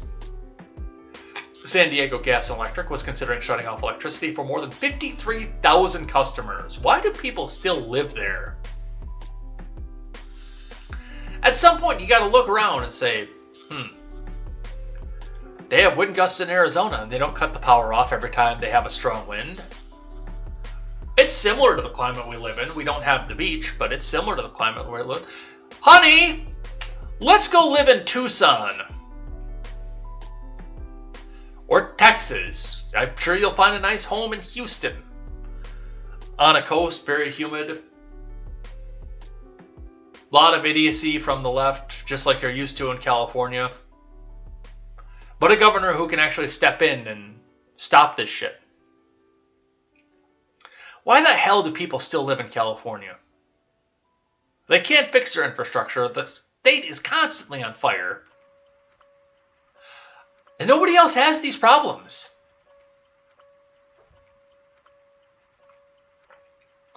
From ABC, more than 200,000 Californians could be without power on Thanksgiving. From Julia Jacobo and Meredith Deliso. More than 200,000 customers in SoCal may be without electricity during the Thanksgiving holiday, as 2 utility companies considered cutting the power due to fire danger. In the counties of Kern, Los Angeles, Orange, Riverside, San Bernardino, San Diego, and Ventura, more than 156,000 customers could be affected by power cuts by Southern California Edison, while nearly 49,000 in the San Diego Mountains and inland Orange County could be affected by shutoffs from San Diego Gas and Electric. As of 3 p.m. local time in California on Thursday, over 68,000 customers had their power shut off, mostly in high wind areas between the 2 companies, including nearly 64,000 San Diego Gas and Electric customers. San Diego Gas and Electric said this represents 1.3% of its 5 million customers and includes 15,556 customers in LA County, 14,987 in Ventura County, 8,852 in San Bernardino County, 20,322 in Riverside, and 4,127 in Orange County.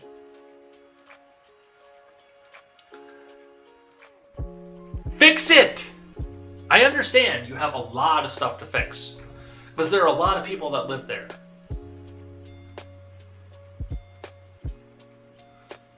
And a lot of people came, Texas went without power for like a week because of historic winter storm. Yeah, for the first time in 90 years.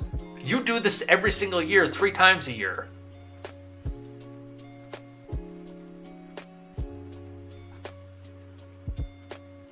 Thank you, California, for that.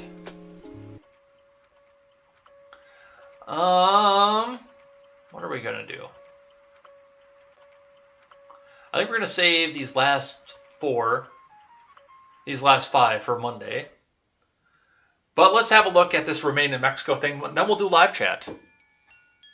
So if you're just lurking right now, get those last minute messages in, because now is the time.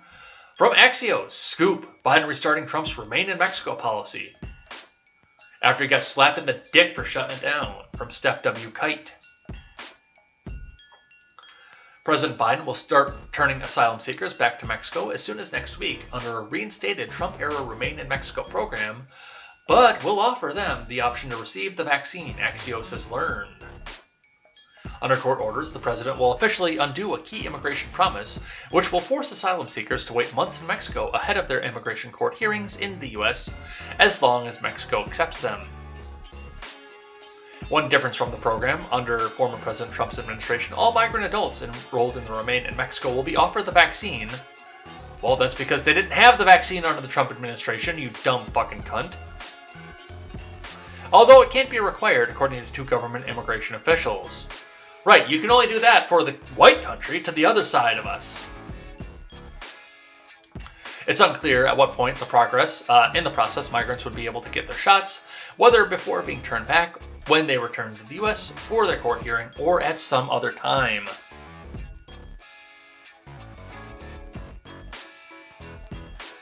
The policy, formerly called the Migrant Protection Protocols, will first be reinstated in El Paso and Brownsville, as well as San Diego, one DHS official said. Yes, but timing has been in flux. The administration is ultimately at the mercy of Mexico's cooperation. And they don't respect this president either.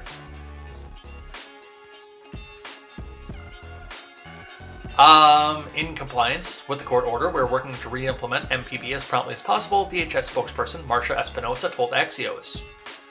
We cannot do so until we have the independent agreement from the government of Mexico to accept those we seek to enroll in MPP.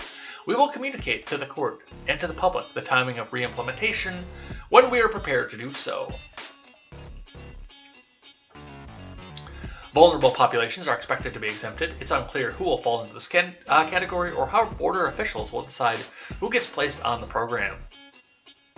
I got this feeling that Mexico is going to come out and say, yeah, no, come here, stay here. Because a lot of these people are not coming from Mexico. In fact, the vast majority of the Mexican citizens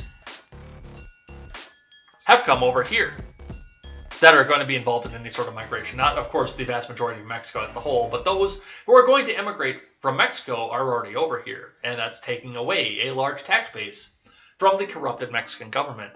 So they can come out here, you know, the cartels, the legitimate business people, the resort owners, etc., can go up to these remain in Mexico camps and say, hey, why wait for the court system? You know, they might put Trump back in. You might not get back in. Hey, come over here. I got a job for you. Come work for me. I'll give you room and board. Come on. It'll be fun. And then you don't have to worry for the court system, man.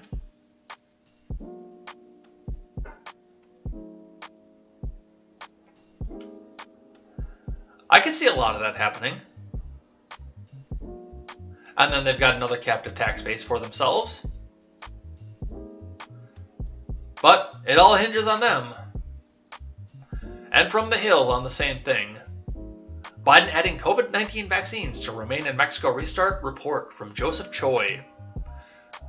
I don't think we need to go over this. We talked about this before. So, yes, of course. They go back, they do the remain in Mexico thing. They'll never find the ones that they let into the country. We're serving 78,000 deportations right now because just come on, man, come on. We're gonna send you out of here. And they didn't say anything back because nobody can find them. Come on, man. President Biden, everybody. Most popular president in history. More votes than even Barack Obama. Ha ha! I did that! That was all me! I did that! Ha! And with that, let's do live chat. So, for those of you who are new here, it looks like we had a few new people in here. Today, it looked like it was pretty busy off to the top. I know people were questioning as to, why do you say the race war is over? Let's read some of this up from the top. Ron says that's a huge stretch. Zimmerman was innocent. Martin attacked him, was beating him up. Martinosis says jogger. That's a new name in here. Thank you for coming in and joining us. Randy is here. If they'd followed him until police could arrive rather than detaining him, I couldn't hold them accountable for attacking him and then dying.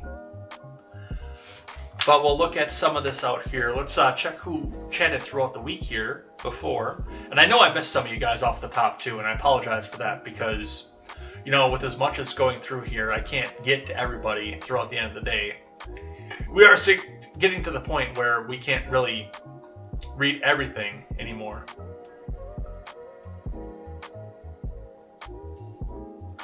But we will see what's going on with this. Yeah, the DLive chat is just about back as far as we can go off this one.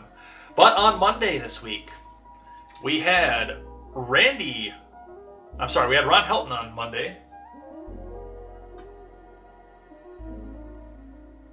We had Ron Helton, Vampire Hunter D, Random Randy, Carbonated Water for the win, Beam Me Up Mr. Scott, Quest Fanning, Chilaga 1984, Chaos Soul, and Elaine Mervine.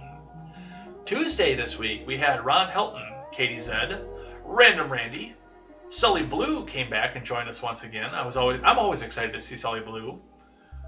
Quest Fanning, Chilaga 1984, Arvolt was here. Mad Cow Mark, who was sad that I didn't acknowledge him, but I always acknowledge Mad Cow Mark. It just sometimes comes at the end of the week. I love Mad Cow Mark. Mad Cow Mark is awesome. Martin Gnosis doesn't or likes the fact that I said jogger. Joggers. We got to read some of this more off of here. Randy says, pedophiles, drug users, thieves. Randy says, too much to ask a good person be on the wrong end of one of these wrongful deaths. That sure seems to happen when the person is white.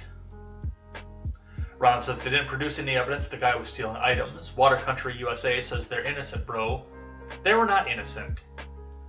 Meet Otis says, what's the stream about? News of the day is what the stream is about. Thank you, Ron, for clearing that up. Wednesday, we had Ron Helton, Quest Fanning, and Random Randy. Katie Zed, Arvold, Ashley Kirtone was here on Wednesday. That was a new name over on the YouTube side, so thanks for joining us. Nephilim Ninja Nibiru. Annex Tercito 1234 wanted to know if we wanted to become famous. BigFollows.com. Yesterday was a slow chat day, which is fine because, you know, you guys were all out spending time with your family, and I prefer that you spend time with your family rather than listen to me yell about the news. But we did have Ron Helton, EOR Explorers, who wanted to rant against me for whatever reason on a holiday instead of telling me what he was thankful for. He just wanted to... That guy wants my full attention for whatever reason. I let him sit in timeout for 5 minutes. He didn't come back. But he wants my attention for some reason, like bad. I don't know why. We also had Leibt Kadal, who didn't want to be here because he thinks that anarchists don't welcome him. But he's always welcome here if he wants to come back, and might be wrong. Also joined us yesterday. What else do we have going on here today? Let's see. News recaps and opinions. Thank Ron Helton.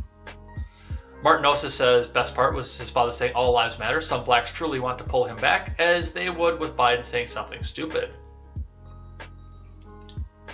Ron says the guy might have been scum. I don't know. They confronted him while on property and he lunged. Then they might justify deadly force. Randy says, I had a buddy charged with involuntary manslaughter due to somebody he was racing dying in a car crash. These dudes were overcharged, but not innocent. I think Travis could have got the first degree malice murder. I am glad that the other two didn't, because I don't think that was appropriate for them. But no, they were not innocent. And as more and more stuff comes out about this, the more and more I see. I mean, I see people have come out and they've pointed out the fact that, you know, these people knew Ahmaud Arbery in school. Travis McMichael went to school with them, I guess, apparently. They've had a grudge with this guy for a long time. Martin Osis. They were Jewish. They were Irish, dude. Ron says, yeah, but you know, Travis was going to shoot the guy. If not, they were definitely overcharged, but not Travis. Randy says, I will admit, ironically, that I care less than normal because they're white. Does that make me racist towards myself?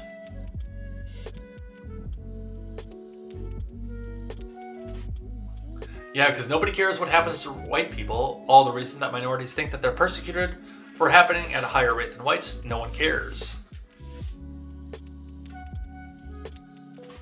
Martin also says blacks will support each other no matter what crime they committed. Same with other ethnicities. Only Europeans are individualistic to argue among themselves. Us not being a collective will create more and more anti-white sentiment. They see us as weak. This is a spicy chat. We might get shut down today. I'm dead surprised I didn't get shut down on YouTube the other day for talking about Germany's Meet the Jews program on Wednesday. I thought for sure that was going to trip the Wojcicki trigger. Arvold is here and lurking. Ron Helton's got the AOC sticker.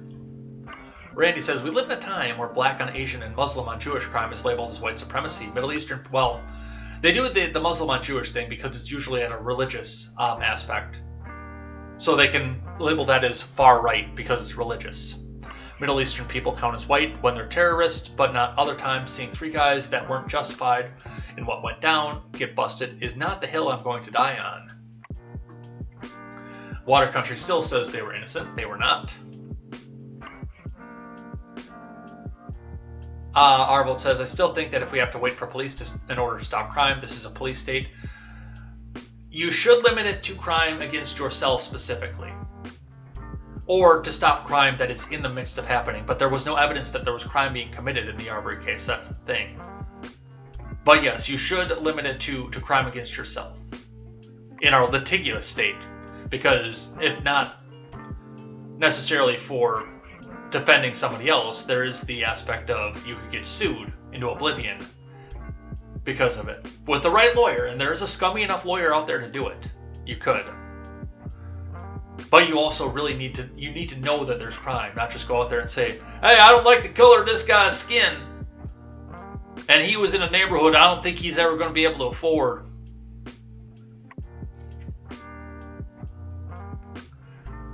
Black while running will make people think you're up to no good unless you're on track racing other runners. Joggers, they're joggers. Ben Wild says, who is Deborah Messing? She was an actress on a low-rated cable show called Will and Grace, and a super progressive leftist. Water Country says, Darrell girlfriend, he ran over. Yep. Ron says, sure, our vote, we have the right to defend ourselves and our property, but these guys were chasing him when he was on a public road. He presented no physical threat to them. That is where they screwed up. Randy says it was about her and two gay guys, and there was a loudmouth lady in it too. No, Messing is the loudmouth. No, there was the other loudmouth lady. I've seen like one episode of Will and Grace. I didn't like it. Arvold says they were told of a crime, sure misdemeanor, and went to investigate, attempting to stop the suspect. Randy says, where is her handler to remind her how much of a rabid leftist she is? Water Country says, how did he get bail? I explained that. That was the show about gay guys. Randy says, yeah, Kyle got $2 million for turning himself in. Bail for this guy should be like $100 million. It should be, but it's not going to. They need to give the Minnesota Freedom Fund a chance to come out here and get him out of this so they can change his face, change his name, and congratulate him for carrying on the narrative. Arvold says people who want to free the Waukesha terrorists are the same people who called for Barabbas to be released. That's a deep cut. Ooh, I like that. Ron says, yeah, you as a private citizen are opening yourself up to huge lawsuits if you're investigating a misdemeanor. Cops have qualified immunity. We don't. And qualified immunity. No. Let's see, the fact that there seems to be an outpouring of support for Brooks further supports my call for him being skinned alive on public TV/live stream. An example needs to be made. Ron says, Brooks is definitely a menace. Ben Wild says, he's such a wholesome guy.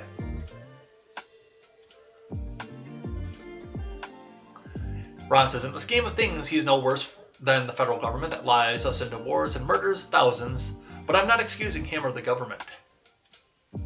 Oh, we needed to go in there and stop Saddam Hussein. We needed to stop him. Chemicals of weapons of mass destruction or some bullshit, or, hiding bin Laden over in Afghanistan. We needed to be over there. Just trust us. Ron says cops are dumb. They enforce seatbelt laws while postal vehicles are exempt. If you can't see the stupidity in that, then I can't help you see anything. Well, you might have drugs in the car. If they stop you for a seatbelt, they might find your drugs. Randy says, let's be honest, that rap video he made was criminal enough. Ben, can you imagine this guy's Tinder profile looking for an escape? Escape! The escape!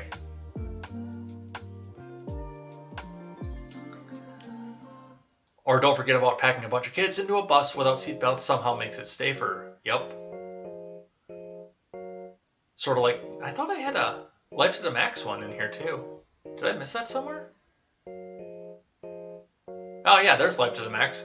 Morning, I'm just lurking, but escape got me. Yeah, state has no death penalty here. They haven't had it since... I missed a whole bunch of stuff here. Wow. Yeah, there's no death penalty in Wisconsin. Escape.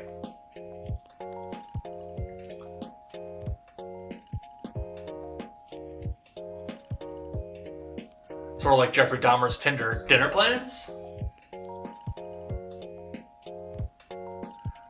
guess what other thing the Postal Service is exempt from? A federal mandate requiring people to take a dangerous jab. That's actually not true. They overturned that. Ben Wild says, I think Kenmore missed a huge opportunity not using Dahmer as a spokesman for large capacity freezers. High capacity freezers, assault freezers. Mandates are not law. Biden-Harris must be impeached and removed immediately for incompetence and tyranny, giving us President Pelosi. Katie Z is here. Good morning, friends. Good morning, Katie Z. I think Ben wins for the best worst tweets. Offensive. Randy says, I want to go back to the simpler time when NPR was reporting on the seriousness of state-run civics classes while being state-run media. Who bailed him out before the Christmas parade massacre? His mom? I don't know. Who bailed Darrell Brooks?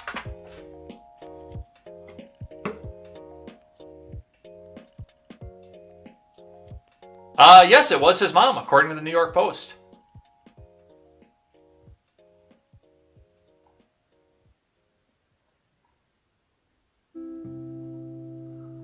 Bring that one over here. I just turned the monitor off too, but yeah, Waukesha suspect's mom regrets bailing him out before the parade attack. Ex-girlfriend. So yes, it does appear that it was his mom.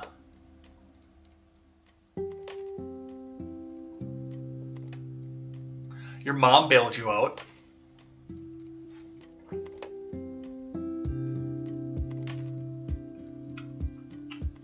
Randy says, but he's wearing that mask to keep everyone safe. He must be a really good guy.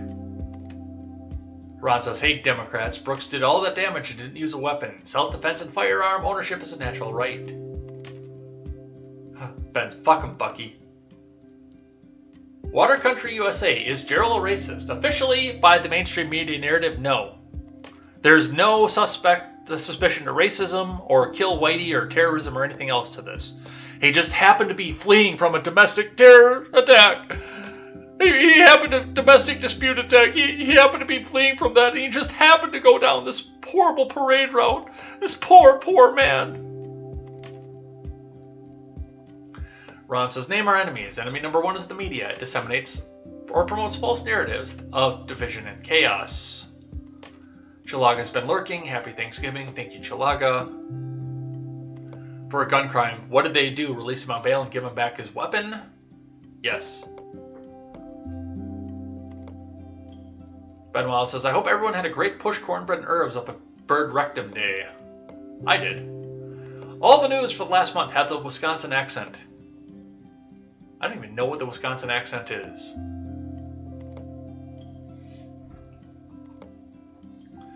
Randy says, well, this article is reporting so many things wrong.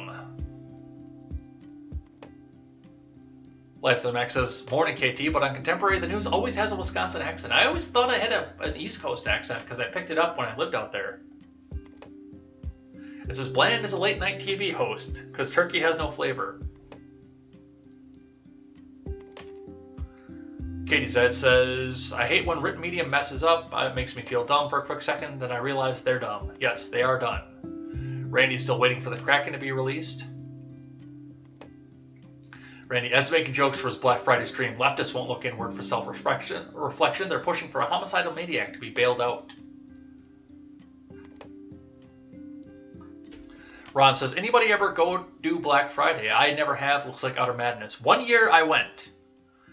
Because there was a dark-haired girl with a great big ass that I was trying to get with. And she wanted to do Black Friday stuff at a sports store. So it wasn't like the main department store rush. It was I think it was Sports Outfitter in Milwaukee she wanted to sit out there for, and she wanted company. She didn't want to just sit out in a Milwaukee street alone, and we did that. Fact check, that was the last time I ever saw her, which was lame.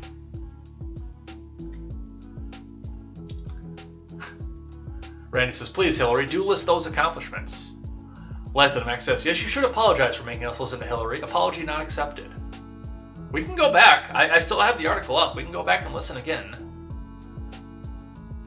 The lack of gatekeepers is all you need to hear to disregard everything that she said. Yeah, we lost that. Yeah, that was me. I forgot to turn my camera and my microphone on. I heard nails raking across the chalkboard. This your news channel, KT? Run. Hickory dickory dock. Hillary ran out the clock. Water Country's still trying to tell us the McMichaels were innocent.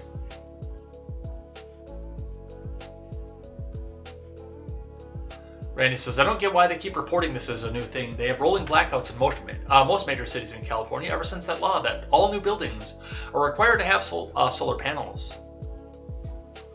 Katie Zed says, maybe California will catch on fire and I don't have to go there in a couple weeks. I still have to get my cousin out of there, so be careful. Decades-old transformers that have been poorly maintained equals climate change. Plus Fanning is here. When is Cali not on fire? Solar panels useless during the night and a problem for the grid when they are effective. That's not to mention how poisonous they are for the environment they are in. Ron's only been to California once. LA, San Diego, and Coronado Island. Weather was nice, but the traffic is horrible. Yep, go up that 405. Randy says, what makes it even sadder is when you think about those people who lost power, who have paid their bill versus homeless who will be at shelters that have power. Historic winter storm, even though the world is warming, yep. Strong winds knocked out power in one section of the OKC Metro. Turkey Day morning, it was mistakenly reported as a planned outage. People were mad, but it really was from wind damage. What do you think, bro? I think a lot of things. Ron says, I don't want to see another cold winter like we had this past February. It's getting cold. In a hurry. We had pretty bad wind in Iowa too, nothing like that derecho thing from a couple years ago though. We had so many trees down that a 20-minute drive home from work took over an hour. Water Country says we need Trump back ASAP. Well, we have to wait till 2024.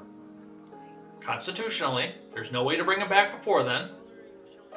So just be patient and go knock on doors. Leibt and Max says, out! Out! Leibt and Max says, even a Canadian knows there's too many. Arresting illegal border crossers, not a crisis. 1,600% over capacity humanitarian crisis. I'm just glad the adults are back in charge. Thank you, Randy. Randy says, we had a bad wind yesterday. Yeah, there was bad wind yesterday. I drove through it.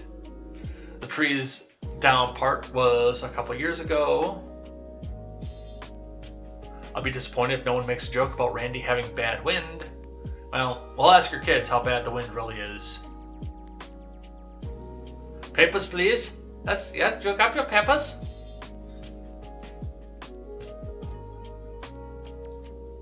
Leibt and Max papers, please, is only appropriate for the backs. Ben Wild, is Hong Kong Phooey racist? Possibly. I mean, the guy that played Hong Kong Phooey was black. And it did seem, I mean, especially for the time in the 70s, that there was possibly some stuff that could have been pushed back against for what was going on with that, too. You know, black guy who was relegated to as the janitor. I mean, yes, he still got to be a superhero, but he was relegated to being the janitor. While everybody else in the police department was white and a human, and they made a black guy into a dog. The black guy in the series was a dog. So yeah, there actually may be an argument for that. But I still think the cartoons were fucking hilarious. I remember when they aired Hong Kong Phooey on the Cartoon Network when I was a kid, and my parents were so excited because they grew up in the time when Hong Kong Phooey was out there. But they couldn't remember the name when I wore the shirt the first time. Because it's usually kind of, you know, folded up there where you can't see it. But yeah, it's right on the shirt. Hong Kong Phooey. That was one of my favorites. I wish that one would have gone further than it was. That was hilarious to me as a kid. And it holds up today as an adult, too. Randy missed Joan up by a few minutes yesterday. Slow chat day. Almost a short book yesterday. Yeah, there was a lot of chat just by only a couple people. They were all innocent. What the fuck? They were not all innocent. They were all guilty. Guilty as sin. Every last one of them.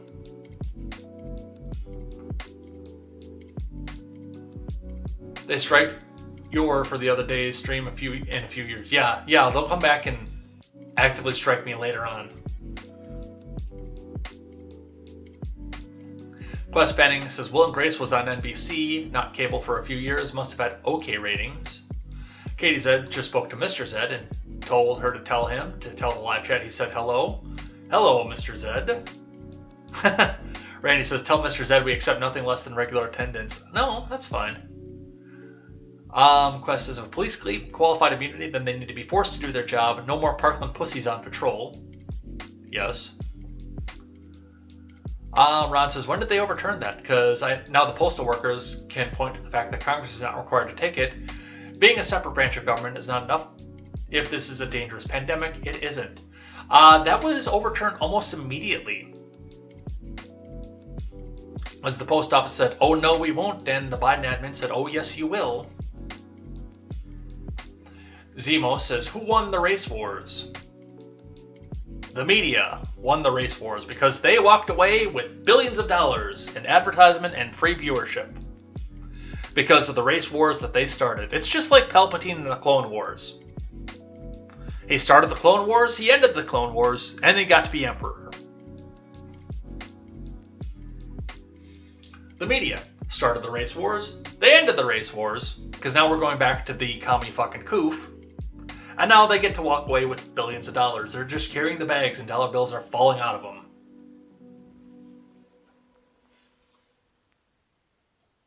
Katie Zed says, the most cash I've ever physically held in my life was when I bailed my brother out of jail. Ron says, I read that article, but it confused me because his girlfriend was mentioned as well. So, was it his mom or his baby's mom? It looks like it was his mom. Is your brother doing well now? Just glad Brooks could afford to lease an excursion. Couldn't afford to lease an excursion. I was going to say, wait, what the fuck? They don't even make excursion anymore. You couldn't lease one now because they don't make it because it's environmentally unfriendly.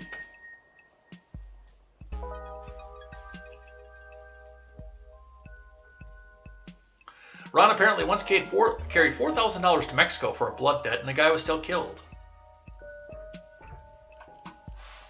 Beam me up, Mr. Scott says, birds don't have rectums, they're called cloaca. Katie Zeds thinks it's hilarious that I don't know I have a Wisconsin accent. Quest says, I'm surprised they keep referring to it as SUV. Ford Escape is pretty small. Happy Friday of color, everyone, says Katie said. Ron, hell no, I don't want to listen to that harpy for the rest of my life. Black Friday, poor people fighting over cheap TVs. Why bother when they... Oh, I can't do that one on air. Let's see.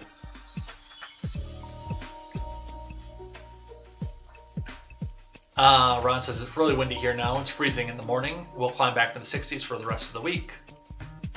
It's okay to wait till 24 because it gives it more time for these idiots in power to keep exposing themselves. Mostly to children. Quest says, Trump could run for Congress in 2022. You know, let us figure out. That's just... It's legally possible, but that would be such a stretch. That's like trust the plan level stuff. That's like Lindenwood, Sidney Powell level shit.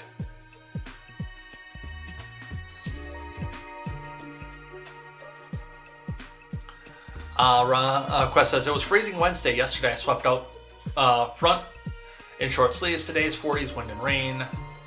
Ben Wild says, Vin Diesel won the race wars.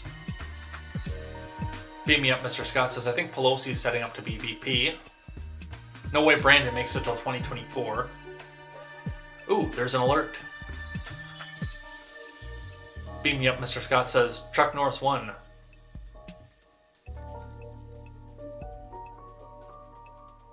Katie Zed says, my brother is a soy boy commie now. We should have left him in there. Oof. Quest Fanning says, spoiler alert, Ed, we've only had a few decades to watch Star Wars. Recreational Stress says, why does poverty seem to affect lazy people at a disproportionately high rate? Well, because they're not going out there and chasing down that dollar. That's an easy one. We're almost done. Ben Wild says, I refer to that scientific study I used to read to my kids titled Everybody Poops.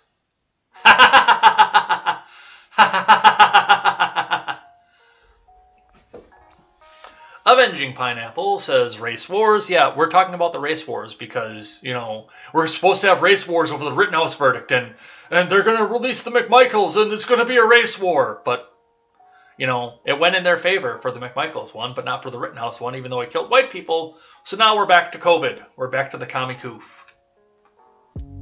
And that's it. We're done.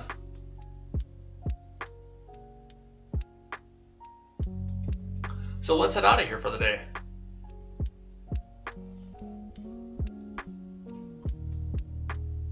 Change up the track and let's go.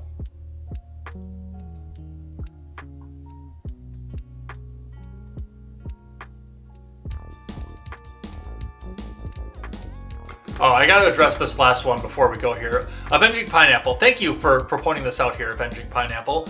The war seems pretty one-sided. Blacks are chasing down whites in pickup trucks and murdering them. No, they're using an escape. They're using a Ford Escape. They're not using a pickup truck. Thank you for that. Thank you for letting me close on that one. All right, we're heading out of here for the day and for the week. I will give you a weekend stream as well. I don't know if it's just going to be calls, if it's going to be video games, if it's going to be something. We got to do something over the weekend here because I've neglected my weekend duties for a few weeks. We've got Fallout 4 to do. We've got calls to do. We've got. I need to pull people together and do a across the board, but we'll get all this going here. We got to figure out something that we can do and somewhere where we can go and get you guys some more content. But also look over the weekend for the new fundraiser that's coming up for Turn Some Pages as we leave our former big media, big corporate donors GoFundMe behind. We're getting rid of them because they have no standards. And they'll probably shut down the fundraiser anyway once they find out what we're all over here, or the fact that I've got Steven Ignoramus on the network. So, but go back and check out and wait to see what the new one is, and go check out the start page for TurnSomePagesProductions.com. That will be coming up soon as we get some money raised up to pay the web ladies. So go and check that out. Lots of stuff going on here, lots of stuff happening. But we're going to head out of here for the day, and we will see you next time, definitely on Monday for more Contemporary. Since Jury Duty got delayed, I won't have to see them for another 4 years. So Monday for Contemporary, Monday night for the Red Net Show. Don't know if I'm going to have a guest or I'm going to be flying solo, but we will have content that day as well. And we will see you next time, no matter what happens. Until then, I am Jay Edgar, and this is Contemporary. Take care.